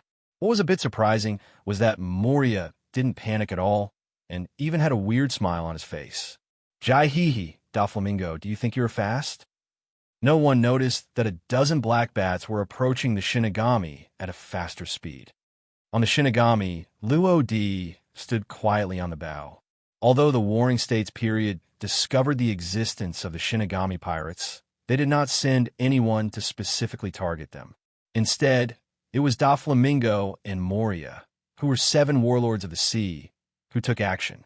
It's actually quite abnormal for Marine to just leave them alone.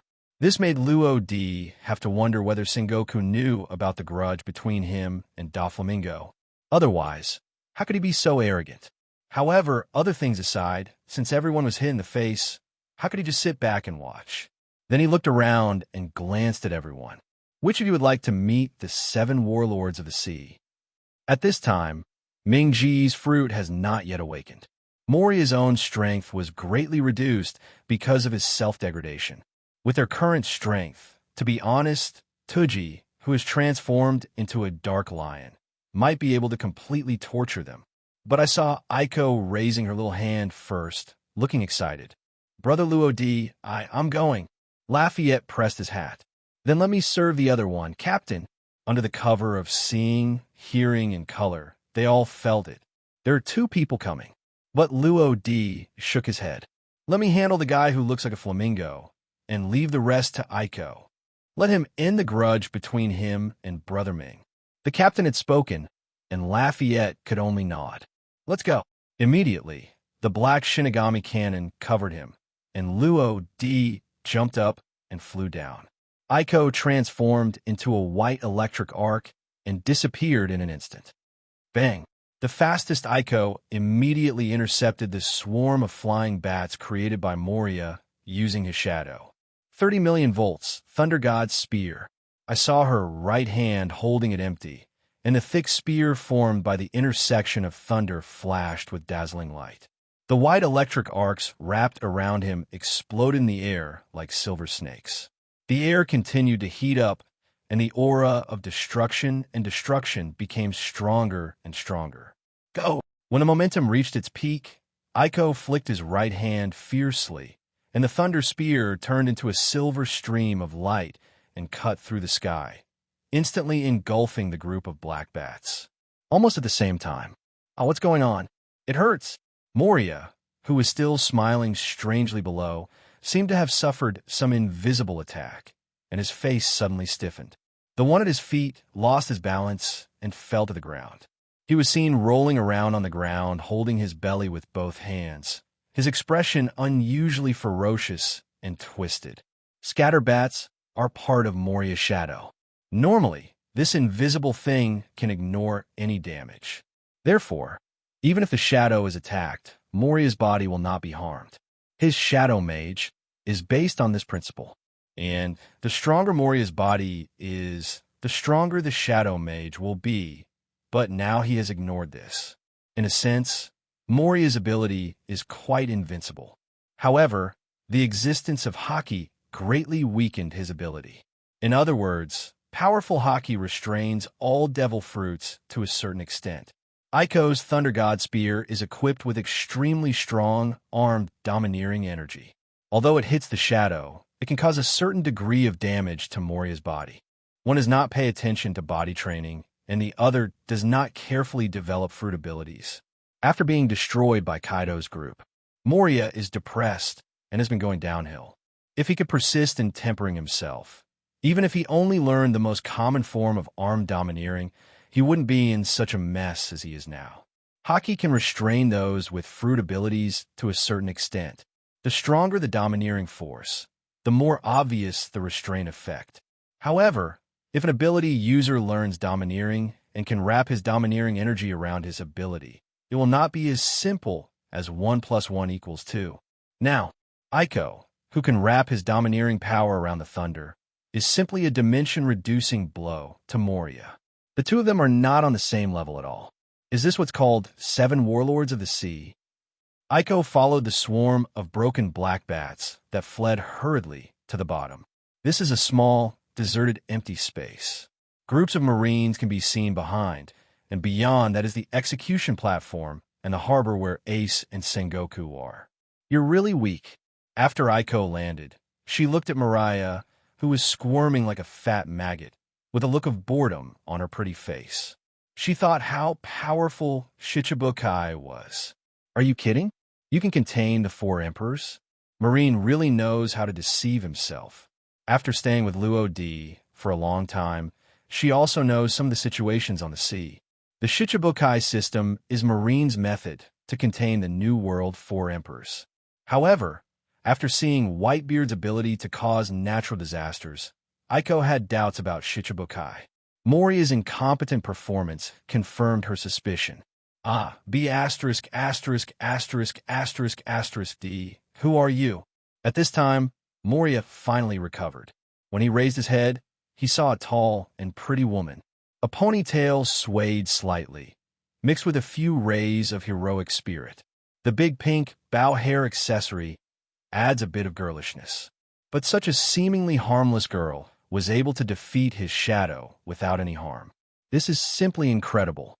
You know, even Straw Hat Luffy, who has a bounty of 300 million, can only be played by a shadow and is helpless. Why is this girl in front of me? Me? Aiko pointed at herself, and then she put her hands on her hips and looked high-spirited. I am Aiko, the vice captain of the Shinigami Pirates. Others call me Thor. Vice captain. Molly was confused. There is no doubt that his and Brother Ming's behavior has long been seen through by the Shinigami Pirates. Not only was the raid unsuccessful, but there was also a counter-raid. Doflamingo on the other side is probably even worse. After all, he was facing the entire Shinigami Pirates. But having said that, no matter how weak Moria, is, he cannot be bullied by a young girl. Jai-hee-hee, do you think you'll win like this? Look at your feet. Aiko looked down subconsciously. Only a few black bats formed a square field to surround her. And with Moria's strange laughter, the black bats rapidly differentiated and multiplied, swallowing her whole body almost instantly. Shadow box. Moria held his left hand empty, and a group of black bats kept changing, finally condensing into a black box-like cube. Aiko was successfully captured. Moria breathed a sigh of relief and put a smile on his face again. Jai-hee, although he's not Shinigami Luo-D, his strength is pretty good, so I will accept your shadow. As for Shinigami Luo-D, it depends on whether Heavenly Yiksha is his opponent. Aiko's blow caused great damage to him. Although he really wanted to catch Luo-D, he was really powerless. Swish swish. Doflamingo quickly climbed up on the colorless silk thread and soon reached the middle of the attic of the Marine headquarters, less than 100 meters away from the Shinigami. If there were clouds in the sky, he could even fly through the sky. It's a pity that they were all scattered by Whitebeard's blow. Doflamingo's attention was almost entirely on the top of his head. He didn't notice that there was a person following him diagonally behind him. Hey, Flamingo, what are you still flying about? I have to say that a pink feathered cloak really made Mingo look like a flamingo. The sudden sound made Brother Ming tremble, and the thread on his hand was almost torn off by him. 5-colored thread. He spread his right hand almost subconsciously. 5 almost transparent threads burst out from his fingers. Go! Brother Ming's right hand was in the form of a claw, and with a fierce force, 5 silk threads were thrown out at the same time. Silk threads, as sharp as piano wire, can exert their greatest power at close range, and can cut off the enemy's body in an instant. However, as soon as the attack came down, he turned around and looked. What came into view was a man in black robes, surrounded by a strange fog. And what he held in his hand was the 5-color thread he released. What are you looking at, Flamingo? The man in black robe looked at him with a half-smile, and when he exerted force with his right hand, Doflamingo's body tilted towards him uncontrollably. What a lot of strength. This is Brother Ming's intuitive feeling. What puzzled him even more was how the person in front of him managed to grab his 5-colored thread without being affected in any way. Could it be armed color? While cutting off the 5-colored thread, he looked at the right hand of the man in black robe. Sure enough, although it was invisible, one could clearly feel an invisible energy flowing. Then his eyes moved upward. You are Shinigami Rodi. When he saw the face of the man in black robe clearly, he finally recognized who he was. The corners of Luo-D's mouth raised slightly, and the thread in his hand turned into debris. Finally we meet. Heavenly Yiksha, your men were causing chaos in our Shinigami pirates back then. How do you think we should handle this matter better? Brother Ming spread his hands, and countless threads shot out. Bang, bang, bang. The stone wall of the attic of the Marine headquarters was easily penetrated. He stepped on the silk thread with his feet to prevent himself from falling. Only then did he look again at the overly young, but extremely famous young man in front of him. Luodi's words made him laugh out loud. Fufufu, it's interesting. My batch of goods was robbed, and I haven't settled the accounts with you yet, but you came to my door first. Why are you using the name of your Shinigami pirates to cause trouble? How much do you think your name is worth? Look at the 4 Emperor's pirates. Who dares to pretend to be them? There is no one in the truly powerful pirate group dare to offend. And you, the Shinigami pirates, are just a useless pirate group that anyone could step on. Quiet. Luodi just looked at him quietly without saying a word. After a long time, until Brother Ming finished speaking, he slowly spoke. I agree, you are right. We robbed your cargo. The Shinigami pirates' previous performance was indeed intimidating. Therefore, those ignorant guys dared to pretend to be us. In this case, I wonder if the weight of one Shichibukai can slightly increase their awe of the Shinigami pirates. In this case, I wonder if the weight of one Shichibukai can slightly increase their awe of the Shinigami pirates. There is no doubt that this is a naked threat, but Doflamingo seemed to have heard some funny joke. Fufufu, it's just you? Luodi shrugged. Aren't you a Shichibukai? Just in time to put it into practice. Doflamingo was still looking at him, but his right hand seemed to be behind his back unconsciously. To be honest, I really don't know why your Shinigami pirates dare to come here. Do you still want to intervene in the battle between Marine and the Whitebeard pirates? The tone of his voice was unspeakably sarcastic, and he really deserved a beating. And just when Luodi was about to shut him up forever, suddenly, he keenly felt a heat wave blowing slowly. A few ice cubes mixed with hot water mist covered the sky, almost covering the entire Marine headquarters. This temperature, Luodi subconsciously looked towards the harbor. Sure enough, it was Akainu who took action. In order to resist the huge ice blocks thrown by Diamond Josie, he used the big Spitfire to resist. The huge ice block collided with the high-temperature lava and turned into water mist. Some of the surrounding ice fragments that had not yet melted were sputtering in all directions. However, everything is not over yet. What's even more terrifying is Akainu's big fire is to turn his arms into lava to form a huge lava fist, simulating a volcanic eruption and launching the fist out. After the explosion, it will turn into countless volcanic bombs. That power is enough to sink a large battleship. And one of them happened to be hitting Luodi at an extremely fast speed. Just as he was about to dodge, he accidentally caught a glimpse of more firebombs. Beneath the dazzling red light lies endless murderous intent. Damn it, you are really unscrupulous, Red Dog. Nearly 20 extremely powerful firebombs were fired at the central attic of Marine headquarters. But that top is where the Shinigami is parked. So precise. There is no doubt that this is Akainu's intention. Even if he destroys the headquarters building, he still wants to put the Shinigami pirates to death. Call. Luodi took a deep breath. Although he hates Akainu with all his heart, the more times like this, the more he has to stay calm. Then, I saw his right hand covering the handle of Huang Quan's knife with a flash of cold light, and he pulled it out in an instant. Dark Realm, unfold. As soon as the knife fell, endless darkness spread quickly, enveloping the entire Marine headquarters in an instant. What? Doflamingo, who was closest to him, was completely stunned. He has laid out a draft and a net, and is ready to attack Luodi at any time. As a result, the next moment the vision was completely dark. If it weren't for the slight sensitivity of seeing and hearing colors, he would have thought he was instantly blind. Also feeling the same way was Marine. What's going on? Why did it suddenly get dark? Damn it, I can't see anything clearly. Did the Whitebeard pirates do it? Hey, I said, that guy in the back, stop pushing your gun into my butt. It hurts, you know. It must have been done by a person with abilities, but this ability to make people lose their sight is simply unheard of.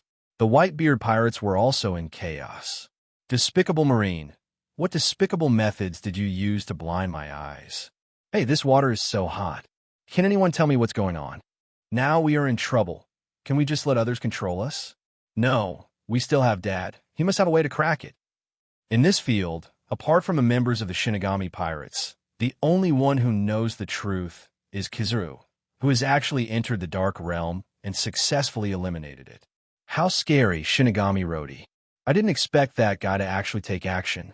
This is really a troublesome ability. Kizaru looked around, seeing the familiar darkness. The range and perception of color are greatly weakened. He couldn't help but rub his eyebrows. It seems that we can only break it open by force. Then I saw his hands intertwined, and countless light particles flowing in the darkness. Tian Song Yun's sword. The light particles condensed and merged, eventually forming a huge sword of light. Although it is unclear why Luo Di suddenly took action, at this tense moment, Marine and their team can no longer look back. Tian Song splits the sword. Kizaru was suspended in the mid-air. The coat behind him was windless, and the Tian Kanjian sword in his hand was divided into 8 parts, surrounding his body and rotating at a speed infinitely close to the speed of light. Go! When the speed reached its peak, his right hand was seen as a palm, and he violently pushed out the cone of light formed by the high-speed rotation of Tianzong Yunjian. Sizzling. The pointed cone is wrapped in the ultimate armed color and can directly act on the dark field. The cracks gradually enlarged, and light from the outside slowly smeared this endless darkness. But just at this moment, a sudden change occurred. This noise. The space suddenly began to tremble, and Kizaru subconsciously stopped what he was doing. However, the dark realm created by Luo Di actually showed countless cracks like spider webs. Bang! The dark realm seemed to be unable to bear it any longer and suddenly dissipated. The sun once again shines over the entire Marine headquarters and the surrounding waters. With this power, he is truly a terrifying man. Kizaru scratched his forehead, waved his right hand, and the light cone that was still rotating at high speed slowly dissipated into countless light particles. It was something that others could do with just a wave of his hand, but he needed to build up his momentum for so long. To be honest, it's quite embarrassing.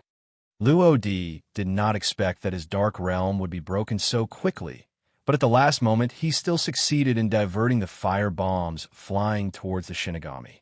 And that direction is surprisingly where Akainu is. Woo-woo. The fire bombs fell rapidly like meteors with scorching heat. Akainu looked at the familiar crimson flowing light, and his face froze for a moment. What surprised him the most was that the Shinigami located on the top floor of the Marine headquarters was intact. How is this possible? He obviously had precise control and almost perfectly blocked all escape routes of the Shinigami. But he never expected that those flame bombs would bounce back without even changing their status, and there was no trace of any man-made changes. Did it happen at the moment when it went dark just now? Suddenly, he seemed to sense something. How come a kid isn't dead? Looking sideways, his sight caught a man in black robes floating in front of the attic of Marine headquarters. Not far below it, another familiar figure came into view. That was none other than Doflamingo, one of the 7 warlords of the sea. However, Akainu could no longer think too much at this time. Fire bombs were coming at rapid speed, and the execution platform was right next door. If something unexpected happened and Ace escaped, it would be troublesome. Dark Hound, his right hand turned into hot molten lava and quickly extended to meet the flame bullets in the sky. Bang! The so-called one body and the same origin. A firebomb that could sink a warship at random seemed so fragile now. The huge lava fist easily shattered the flame bullets all over the sky. But this would be a disaster for the surrounding Marines and pirates.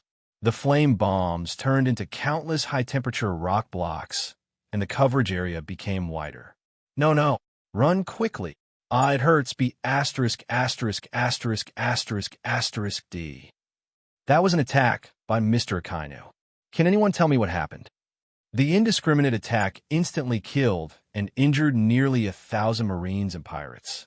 However, compared to Marines, pirate casualties are still more severe. Before Lodi could release the Dark Realm, Akainu's firebombs sank a Moby D **K auxiliary ship, and the pirates also suffered heavy damage. In today's situation, Marine has an absolute advantage in terms of numbers. Sabaody Islands. The people who were watching the big screen attentively couldn't help but break into a cold sweat. It's really terrible. Whether it was the extreme darkness just now or Akanu's big fire, the scene was like a hell on earth. Just looking at it made people feel like they had fallen into an ice cellar and their whole body was chilled. A battle of this level is simply not something ordinary people can get involved in. No longer troubled by the dark realm, the pirates and marines, whose eyes could see light again, were once again fighting together.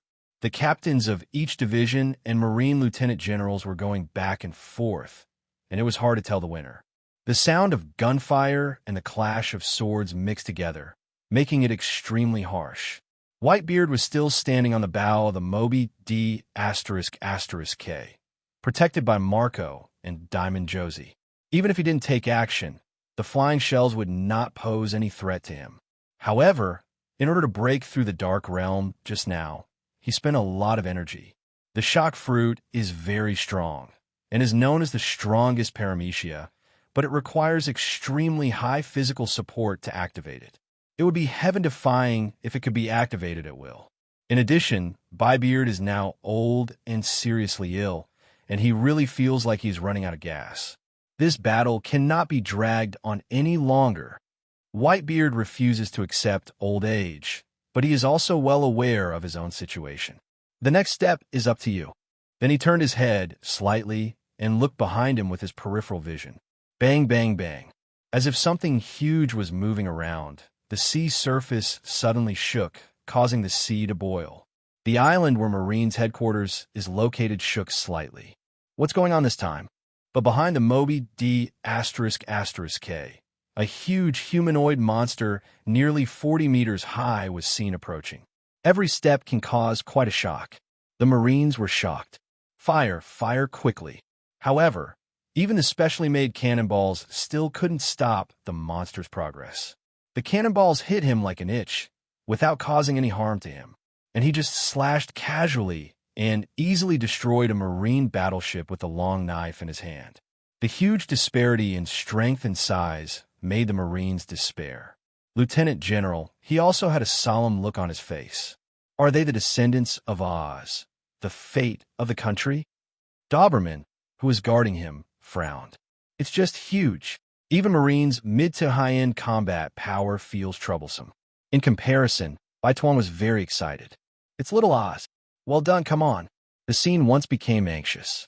However, at this moment, a figure like a meteor fell rapidly and broke into everyone's field of vision very suddenly. What is that? It's so fast. Could it be Akainu who did it again? No, Little Oz, get out of here. The pirates were all somewhat PTSD by Akainu's firebombs. When they saw the slightly fiery red thing, they subconsciously thought it was Akainu who did it. In fact, I don't blame them for having this idea. After all, the location where the meteor fell happened to be where Little Oz was. Damn Luo D, just wait for me, cough cough. In midair, Doflamingo opened his eyes with difficulty, but what he saw was blurry. There were faint sounds of quarrels in his ears, but more of them were the whining sounds of the wind. Luodi's punch was very powerful. He could not let his body continue to fall, otherwise the consequences would be disastrous. Then he endured the wind resistance and slowly turned his head, and what caught his eye was a sharp knife edge reflecting the light. Damn it, what's going on? Brother Ming was confused again. Time and time again, this is to kill him. But it was about his life, and there was no room for him to slack off. Then he almost used all his strength, exerted force from his waist, and shot out with his right hand. Super hit whip. Dozens of almost transparent, thin threads were seen spraying out from the palm, and then these threads were intertwined and intertwined, eventually forming a thick thread column as thick as an arm. The thread column continued to extend with the force of Brother Ming's right hand, and finally collided with the giant knife in Little Oz's hand. Sizzling, the sharp threads kept scratching the blade surface, without the additional effect of armed color, and small scratches quickly covered the entire blade. But Brother Ming is only thinking about getting out now, and other things are not within the scope of his thinking for the time being. Then he exerted force with his right hand again, and his body shifted accordingly. When he was about to fall into the sea, He flicked his left hand, and an almost transparent thread instantly wrapped around a Marine not far away. What's this? The Marine was still in a state of confusion, and the next moment his whole body flew out. Above the sea, Brother Ming looked at Marine getting closer and closer, with that familiar smile finally on his face. Fufuluod, wait, I'll come to you right away. Ah! With a scream, Brother Ming successfully landed, but the Marine could only sleep in the sea forever. Human life is like a piece of grass, which is the true portrayal here. Tisk! Luo-di looked down quietly, his face as sinking as water. Originally, he wanted to throw Doflamingo towards Akainu. As a result, he didn't expect him to react so quickly. As a result, the direction of Ming Ji's fall shifted when the punch hit him, and he finally hit Little Oz. Looks like I have to take action myself, and you, Red Dog, don't even think about running away. Etc. Mariah huddled in the corner, shivering. No, it should be said that his whole body was numb from the electric shock. The demon-like face was now covered in bruises, and it was obvious that someone had beaten him up. Snort! Aiko snorted coldly, and the bloody long knife in her hand was already placed on his neck. Huh? I heard that you want my shadow. The sharp blade cut through Moria's neck, and blood slowly flowed down. But now he was completely blocked in a corner with no way to hide, so he could only ask for mercy. That's all a joke. It can't be taken seriously. Aiko looked at him for a long time, until Moria's scalp went numb. Forget it. Let's leave you to Brother Luo-di. I heard that he is quite interested in the devil fruit you ate, and seems to want to take it out. Take it out, take it out. Moria was stunned. Is it really possible to remove the devil fruit from the body of an Esper? Immediately, he smiled strangely. Jaihihi, are you kidding? What even Vegapunk can't do, why can you do it? Aiko wasn't angry either. He just raised his right hand, and the blood was surrounded by thunder. The feeling of electric shock made Moria jump up from the ground. Wait. However, Aiko ignored him and kicked him to the ground again. However, I heard Brother Luo-di say that in order to take it out, the person with the ability must die. It seems that you won't be able to survive in the end. The girl in front of me is simply a devil. Mariah's body ached and numbed. Aiko's words made him feel as if he had fallen into an ice cellar. Okay, I can't waste time with you here. Let's get on the road quickly. Bang, bang, bang. Little Oz single-handedly kept advancing. After defeating a Marine headquarters lieutenant general from the giant tribe, he had already reached the enemy's hinterland. This gave Whitebeard a headache. Oz is such a fool. There's really nothing you can do against him. He originally just wanted Little Oz to break through a path, but he didn't expect that he would rush in directly. Saving one's life and being brave are not the same thing, Oz. However, Little Oz is still moving forward. Don't stop me, Dad. I want to save him, and save Ace as quickly as possible. Whitebeard's expression became a little complicated. I see. Then he turned and shouted behind him. You guys, go cover Oz and help him deal with the aftermath. The white pirates in the rear responded one after another and immediately launched a charge. At the front, Little Oz was like a god of war, and he defeated Marines' giant troops one by one. At this time, the last two members of 7 Warlords of the Sea also entered the venue. Empress Boya Hancock lightly touched her lips with her fingers, transforming into a huge pink heart-shaped substance, and then pulled it back like a bow and arrow, shooting out a large number of pink arrows. Captive arrow, and those targets that were shot turned into stones. There are not only pirates among them, but also Marines. The captive arrow is extremely terrifying. It can be said to be an indiscriminate attack. No matter whether you are attracted to the Empress or not, as long as you are shot by it, you will be petrified. You be asterisk, asterisk, asterisk, asterisk, asterisk D. You even hit Marine. The Empress has a beautiful smile on her face, and her amorous feelings are enough to make anyone addicted.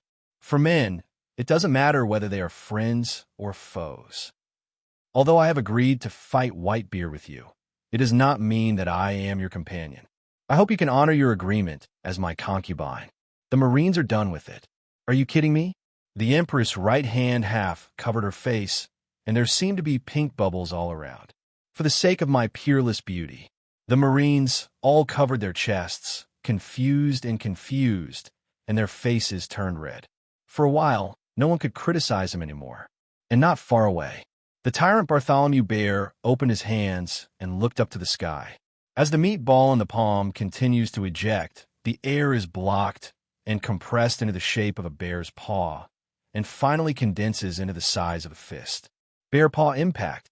Little Oz keeps approaching the harbor, and his only goal is to rescue Ace. However, at this moment, the bear gently opened its closed palms, and the bear's palm-shaped air block that was compressed to the extreme flew out at a slow speed and hit the huge Little Oz. Bang! A huge explosion echoed across the sky. The powerful air blasts were constantly eroding Little Oz's internal organs. The bones shattered in an instant. Finally, when the shock wave dissipated, Little Oz could no longer hold on and half knelt on the ground. But the ice beneath his feet only left a deep dent. On the execution platform, Ace, who witnessed all this, was in great pain and shouted with almost all his strength, "You can't get here, leave now, Oz." All this was done to save him, but it was all his fault. Feelings of self-blame spread. Bang, bang, bang. The Marines pursued the victory and opened fire one after another.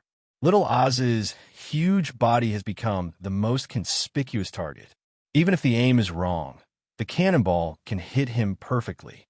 Less than 100 meters above, a man in black robes flew quickly towards him. How pitiful. Luo D looked down, feeling a little sad. There is no such thing as justice or right or wrong in this world. What do the Whitebeard pirates do wrong? They just want to save Ace and their family. What did Marine do wrong? They just want to use Ace's death to shock the sea and reduce the number of pirates. As Doflamingo said, Marines are righteous and pirates are evil. This statement cannot always stand. Only the final winner can define justice. Therefore, the saying that justice will prevail is both an ideal and a reality. However, this process is often accompanied by the sacrifice of many people. For example, right now, Little Oz.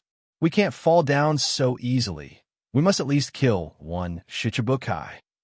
Little Oz regained consciousness, and with his final obsession, he made a fist with his right hand and smashed it down hard. And underneath that was Doflamingo, who had just escaped from danger not long ago. Fufufu, two of you really, are you too self-righteous? After being punched by Luo D, Doflamingo was already holding an unknown fire in his stomach.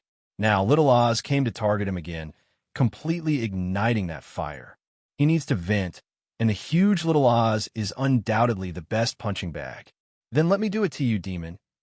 5-colored thread. As the fingers twisted, the almost transparent thread wrapped around Little Oz's free left arm like a maggot attached to the bone. Brother Ming used his hands to exert force, and his whole body took off. Little Oz's huge fist suddenly smashed into nothing. After missing a hit, Little Oz waved his left hand almost subconsciously. Fufufu, how about it? Demon. Brother Ming was hovering in mid-air, his hands still twisting, as if he was manipulating something. And the pain spread, blood splattered everywhere, and the blood mist blurred Little Oz's vision. Bang! At the last moment when he lost consciousness, he clearly saw the severed arm that fell to the ground and Ace's ferocious face that made him feel warm. Little Turkey, you are getting arrogant now. Suddenly, a familiar voice came from my ears. Doflamingo, who had just dealt with Little Oz and was slowly falling, couldn't help but tremble. It's that guy. He manipulated the silk thread and used the force to turn over. The first thing he saw was a black robe and a familiar young face under the black robe. Immediately afterwards, there was Luo D's fist wrapped with invisible domineering energy. Brother Ming can see and smell the color, and his reaction will naturally not be slow. Spider's web. I saw Doflamingo wave his right hand, and many white threads like spider silk radiated from his palm. Spider's web. The silk threads are very hard and sharp, and they are intertwined to form a huge spider web. The coverage area is huge and can block most attacks. The position where Luo Di's fist fell happened to be in the center, which was the strongest and hardest place. Tisk, do you think you can prevent it this way? The corner of Luo Di's mouth raised, and the right fist he waved was filled with extremely strong armed domineering, coupled with his power that was even more terrifying than the giant Poseidon. With just a slight pause, the hard spider web began to break from the center. This guy, Brother Ming's face froze. The destructive power was even more ferocious than the punch that hit him before. However, it was too late to escape at this time. Before Luo Di's fist fell, the invisible armed armor had arrived first. Damn it!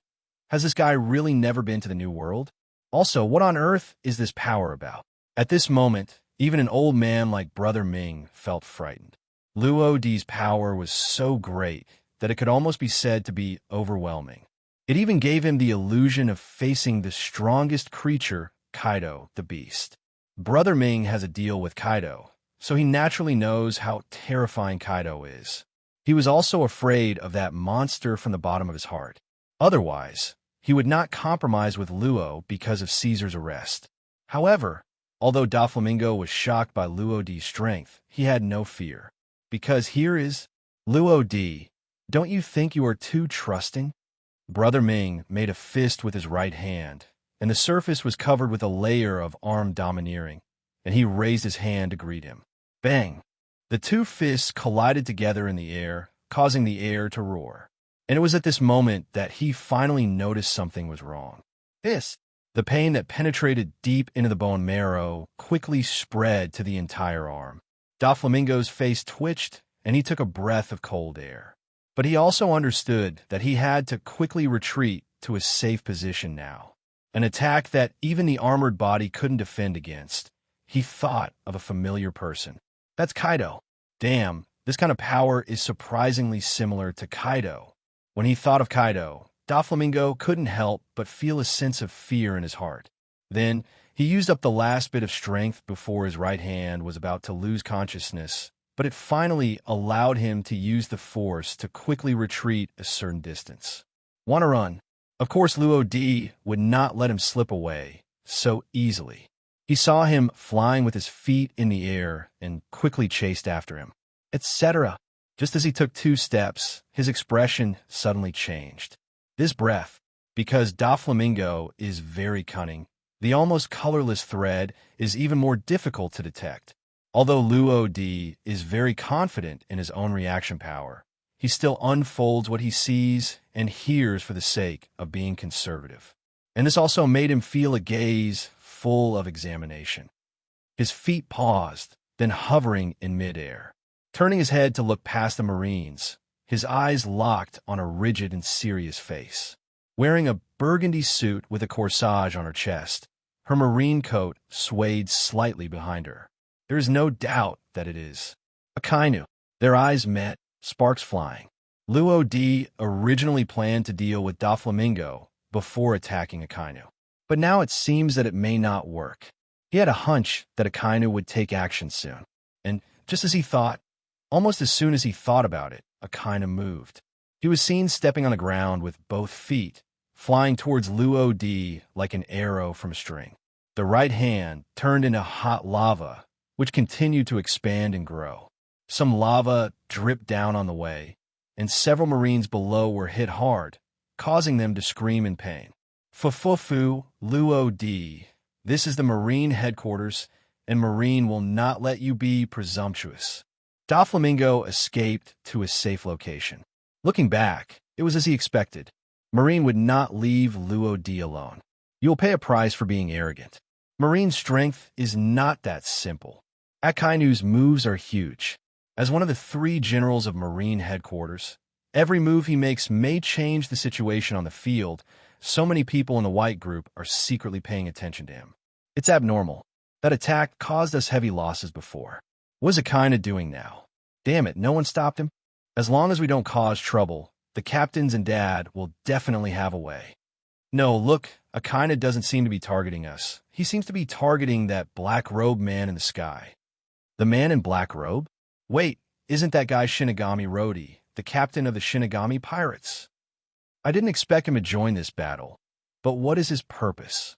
Whatever it is, our goal is to rescue Captain Ace, and Shinigami Luo D will help us share the pressure. Isn't that good? In short, for Baituan, Luo D's entry seems to be a good thing for the time being. Of course, their battle with Marine did not stop because of Akainu's actions. Oz, Whitebeard's attention was all focused on little Oz, and his pale golden pupils were filled with Oz's huge body lying on the ground. At this moment, Luo D, Sengoku, Garp, Akainu, and other three generals seemed to be unimportant. But Ace must be saved, otherwise all the previous sacrifices will be meaningless. The Tsung Yunxie in his hand hit the deck fiercely, and the dull sound resounded in all directions. Whitebeard's face was as sinking as water, and he looked forward. Follow Oz. A roar brought all the white group members back to their senses. Now that their father had given the order, they had nothing to hesitate. In an instant, thousands of pirates swarmed up. Perhaps because little Oz's behavior stimulated them, the attacks of the white group pirates became more and more fierce. Warring States stood quietly on the execution platform. There was a rare hint of anxiety between his eyebrows. Although a powerful demon fell on the frozen ice in the harbor, Baituan's momentum was not weakened, but became stronger because of his anger. What made Warring States even more depressed was that all three generals who were originally stationed in front of the execution platform left the table. Even a strict guy, Akainu, left, and the target of his attack was Shinigami Luo D. Originally, according to Sengoku's idea, since Heavenly Yakusha and Luo D had conflicts before, he could just leave everything to him. However, the result was beyond his expectation. What happened to Akainu? He couldn't understand. In fact, to put it simply, Akainu is on top. The fire bombs he released before did not wipe out the Shinigami pirates. Instead, they all bounced back for unknown reasons, causing many Marines to be injured. He couldn't stand being tricked by pirates. Dark out.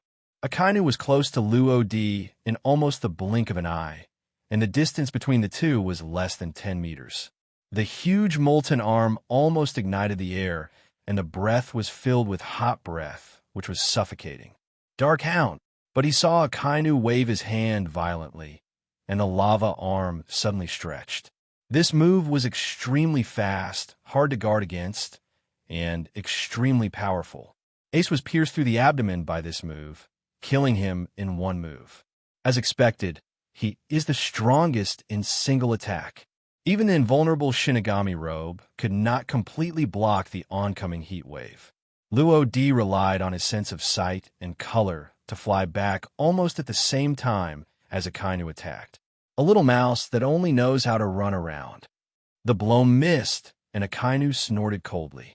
However, it is really not easy for him to deal with such a flexible guy. Immediately, he stepped on his feet several times, bang, bang, bang, and kept moving through the air, continuing to pursue Luo D. Now that he has seen it, no matter what, he must uproot Luo D and the Shinigami Pirates, a pirate group with great potential, and solve them together today. He's really like a mad dog, Akainu. Attacks full of destructive aura continued to fall, and Luo D's body dodged back and forth in midair, almost every time narrowly passing by at the extreme distance. Akainu's attacks are continuous, intensive, and destructive. The feeling between General and Shichibukai is obviously different. Whether it is domineering or physical skills, they're not on the same level. At least Brother Ming didn't give Luo D any sense of oppression. In fact, not only Luo D was under pressure, but even Akainu, a general, felt the same. Akainu has been able to sit in his current position, ranging from the four emperors to the fledgling pirates. He has faced countless pirates, and countless pirates have died at his hands. This rich combat experience allows him to roughly estimate the opponent's general strength when fighting against the enemy. Although it is still a one-sided attack, judging from the performance, Luo D's strength is definitely not weak. Moreover, whether it was intentional or unintentional, his attacks were slightly different every time. If this is Luo D's intentional control, even Akainu would not dare to stand on the tip of a knife and dance like this. This brat. The fist failed again, and Akainu couldn't help but feel a sense of irritation in Chunin's heart. At this moment, he regretted it a little. He originally planned to deal with Luo Di instantly and then rush back to guard the execution platform, but he didn't expect this guy to be so difficult to deal with. If Ace is rescued again during this time period, he will be held responsible. It can't be delayed any longer. Call. Luo Di dodged and saw Akainu suddenly stopped attacking. He paused and stopped as well. Then close your eyes and quietly feel the changes in your body. This feeling, it's so easy, so unbelievably easy. Originally, he felt a lot of pressure when facing Akainu at first, and he was deeply afraid that he would be broken by Akainu like Whitebeard and Ace. Therefore, the spirit is highly concentrated, and the knowledge and color are also released to the extreme. But as he went further, he seemed to have opened up the Rondu and Dumai channels, and seemed to know Akainu's next move, and retreated with him almost the moment he took action.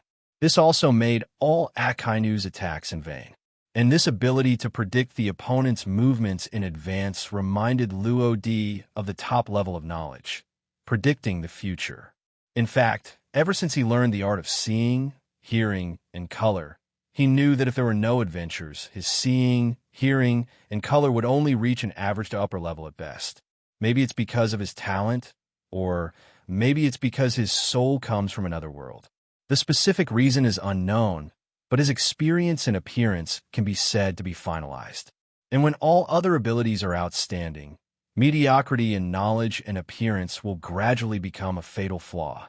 The infinite magnification of shortcomings is weakness. It's obviously impossible for a person to have no weaknesses. So even if it's hard for him, Luo Di has to accept the fact that he can't reach the top of his abilities. However, not long ago, a turning point occurred. It seems to have started when he killed the Iron Hand Butcher Maikatai and impelled down.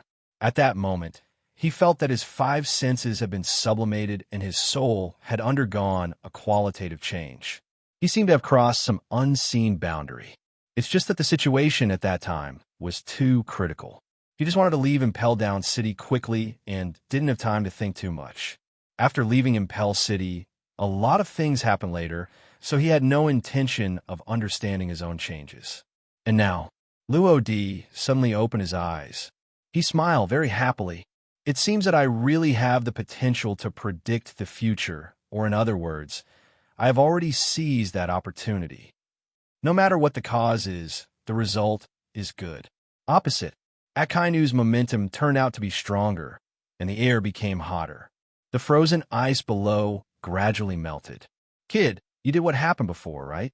His right hand turned into lava again, but his fist turned into a ferocious dog head.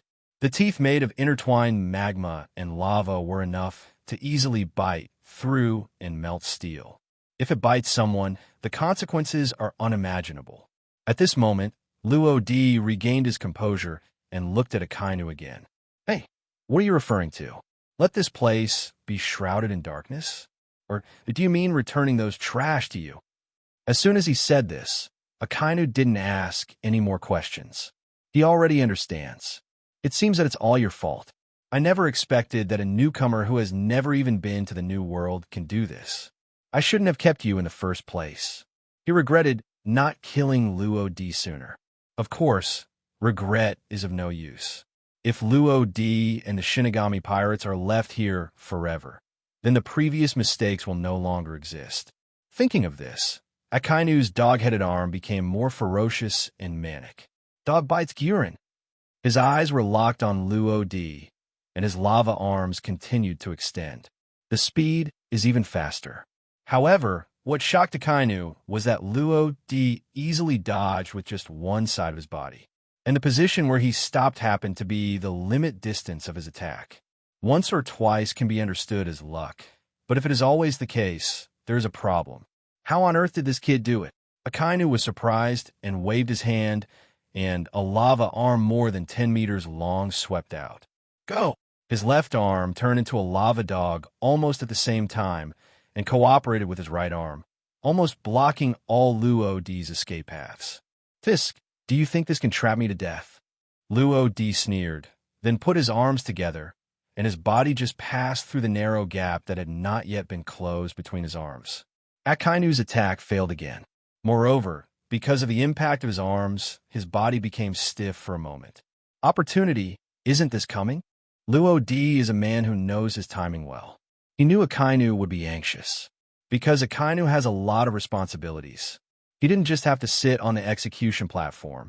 The Warring States period also assigned him an extremely critical task. This could even be a fatal blow to defeat Whitebeard. TSK, can't you sit still? Cha! Luo Di pulled out Huang Quan smoothly, and the fire-colored stream of lava overflowing could not cover it up at all. In an instant, cold light splashed out, piercing directly into Akainu's eyes. Not good. Akainu was shocked. Years of fighting had made his intuition extremely sharp and precise. However, it was too late to escape at this time. Then his arms continued to retract, and the outer layer peeled off pieces of hot lava, and the inner layer was covered with a thick layer of armed domineering energy. Want to hide? Unfortunately, it's too late. Luo Di stretched out his left hand, and Huang Quan's sharp blade gently scratched against his index finger, and blood quickly spread to the entire blade. The blood-evil energy on it became more and more intense, surrounding Luo Di, and the air became oppressive and dull. Second liberation, blood in the sky. Luo Di stepped forward with his front foot and jumped into the air. Holding the handle of a knife tightly with both hands, he slashed out with the knife, causing the space to tremble. The sky gradually changed color, turning fiery red by the blood-colored evil energy that spilled out. Even the ice below had cracks for some unknown reason. Cut! As soon as the knife fell, Akainu's pupils shrank sharply, and it was too late to retract his arm. He could only move forward to try to reduce the power of the knife. Big fire-breathing. His right arm turned into lava again and formed a huge lava fist. Buzz! With an earth-shaking roar, the lava fist was launched by the impact of the instantaneous explosion, and the magma on its surface created ripples like a wave. Bang! The bloody long knife collided with a huge lava fist dozens of meters wide in the air, and the huge sound attracted the attention of everyone on the field.